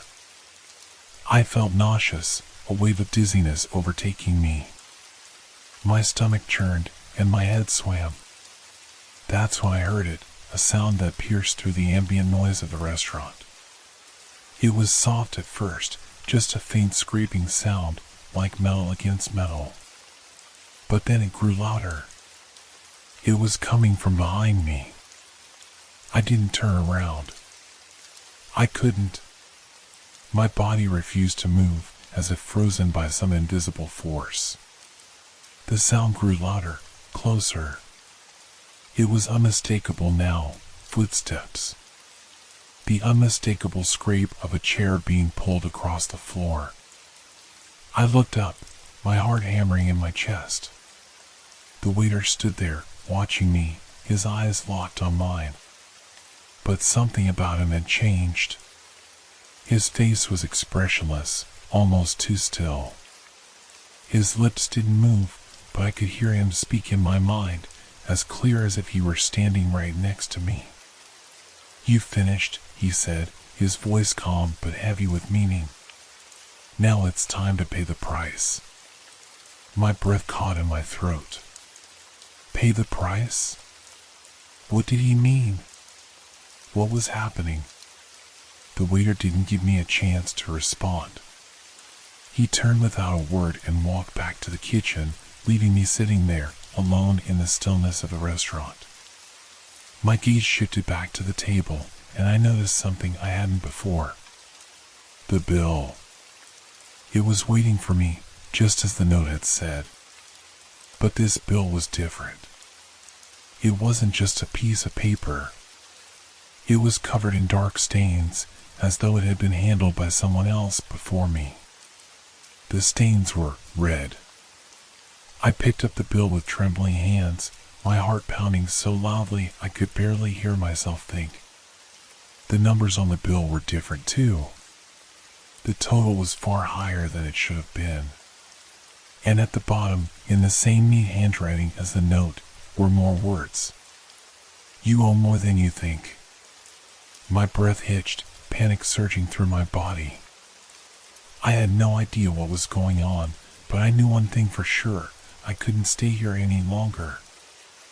I stood up quickly, but my legs felt weak. I had to get out of the restaurant. But as I turned toward the door, I froze. The hostess was standing by the entrance, blocking the way.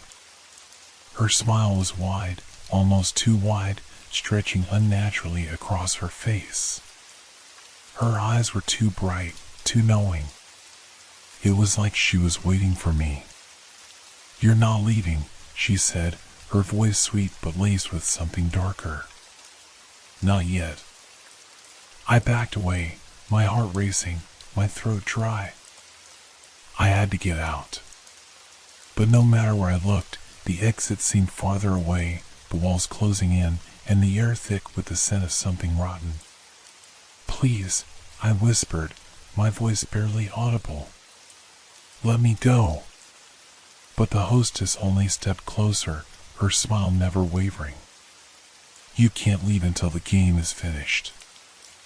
I stumbled backward, my hand shaking as I tried to find the door, to break free. But every step I took felt heavier than the last. It was as if the restaurant itself was holding me here, trapping me in this nightmare. And then, in the distance, I heard the sound again, the scraping of metal. The footsteps. Only this time, they weren't just behind me. They were coming from every direction. The game was far from over, and I had no idea how to win. I stood frozen, my eyes darting from one corner of the restaurant to the other. The walls seemed to pulse, as though alive, contracting and expanding with each breath I took. The footsteps echoed through the space, growing louder, closing in from every direction. The air had become thick, stifling, like a dense fog that I couldn't escape. The hostess took another step forward, her smile widening further, stretching almost grotesquely. "You can't escape," she said softly, as if speaking to a child who didn't understand. "The game has already begun."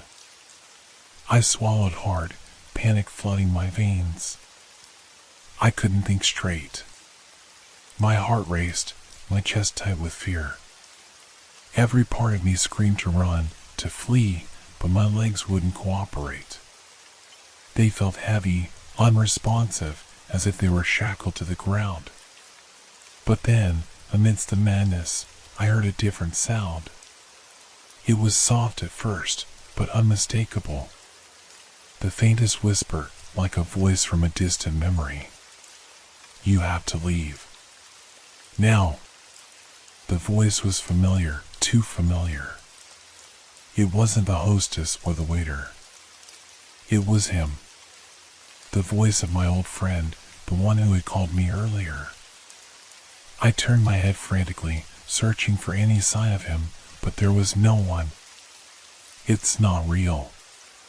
None of this is real. The whisper came again, stronger this time, almost desperate. I didn't understand what was happening, but I knew one thing: if my friend was speaking to me, I had to trust him. I took a tentative step toward the door, my hands trembling as I gripped the edge of the table for support. The hostess didn't move to stop me, but her eyes, those cold, gleaming eyes, followed every step I took. The footsteps grew louder, closer, and then, from the corner of my eye, I saw movement. A shadow, shifting, merging with the dim light. It was no longer a simple shadow. It had form, a shape, and it was coming straight for me. I didn't have time to think. I turned and bolted, running as fast as my legs could carry me. The sound of the footsteps followed me, growing faster, closer, until it felt as though someone, or something, was right behind me. I reached the door. My hand grasped the cold handle, twisting it with all the force I could muster. But it wouldn't budge. The shadow was inches away now, its presence a suffocating weight, pressing against me. I turned, ready to face whatever was coming for me, but there was no one there. Just the empty, silent restaurant, the dim lights flickering overhead. I was breathing heavily, sweat pouring down my face. The restaurant felt like a labyrinth now, an impossible maze I couldn't escape from. The walls seemed to stretch on endlessly, no matter which direction I turned. The doors, the windows, they were all locked. You can't leave. It was the hostess's voice again, but this time it was no longer sweet. It was sharp, commanding. I looked around wildly, my heart pounding in my ears. This wasn't real. It couldn't be. But no matter how many times I tried to convince myself of that, the nightmare only deepened. And then, just as suddenly as the footsteps had started, they stopped. The silence was deafening. I dared to breathe, my chest heaving as I stood there, frozen in place. My mind raced, searching for any shred of logic, any explanation for what was happening. But all I found was the same gnawing fear, the same hollow emptiness.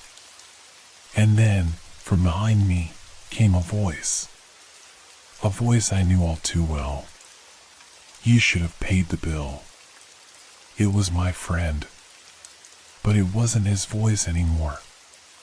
It was distorted, twisted, as if something had taken over him. I turned quickly, but once again, there was no one there. Only shadows, stretching across the floor, reaching toward me like fingers. The chill in the air grew more intense, biting into my skin. I looked back at the table, the bill still lying there. It was different now. The stains were gone, replaced by new writing, familiar writing, but it wasn't mine. The words on the bill seemed to shift before my eyes, changing in front of me. You owe more than you think. I felt the weight of the words settle deep in my stomach. I had to leave. I had to escape. But I didn't know how. Suddenly, the door behind me rattled. The sound was louder this time, urgent. It felt like someone, or something, was on the other side, trying to break in. The lock clicked. And then it turned. My body moved before I had a chance to think, instinct taking over. I rushed toward the door, throwing it open just as the figure emerged from the shadows. But it wasn't my friend. It wasn't anyone I knew. It was just a figure, tall, gaunt, and cloaked in black. Its face was obscured by a shadow, but I could feel its eyes on me, burning through the darkness. And then, in a voice that was nothing but a whisper, it spoke. "You were never meant to leave." The words sank into my chest, suffocating me. I tried to move, to run, but my legs wouldn't cooperate. The figure stepped closer, and I could feel the cold air around it, an unnatural chill that burned my skin. In the dim light, the shadows seemed to twist, bending around me, closing in. The air was thick with something ancient, something far darker than I could ever understand. And then, everything went black.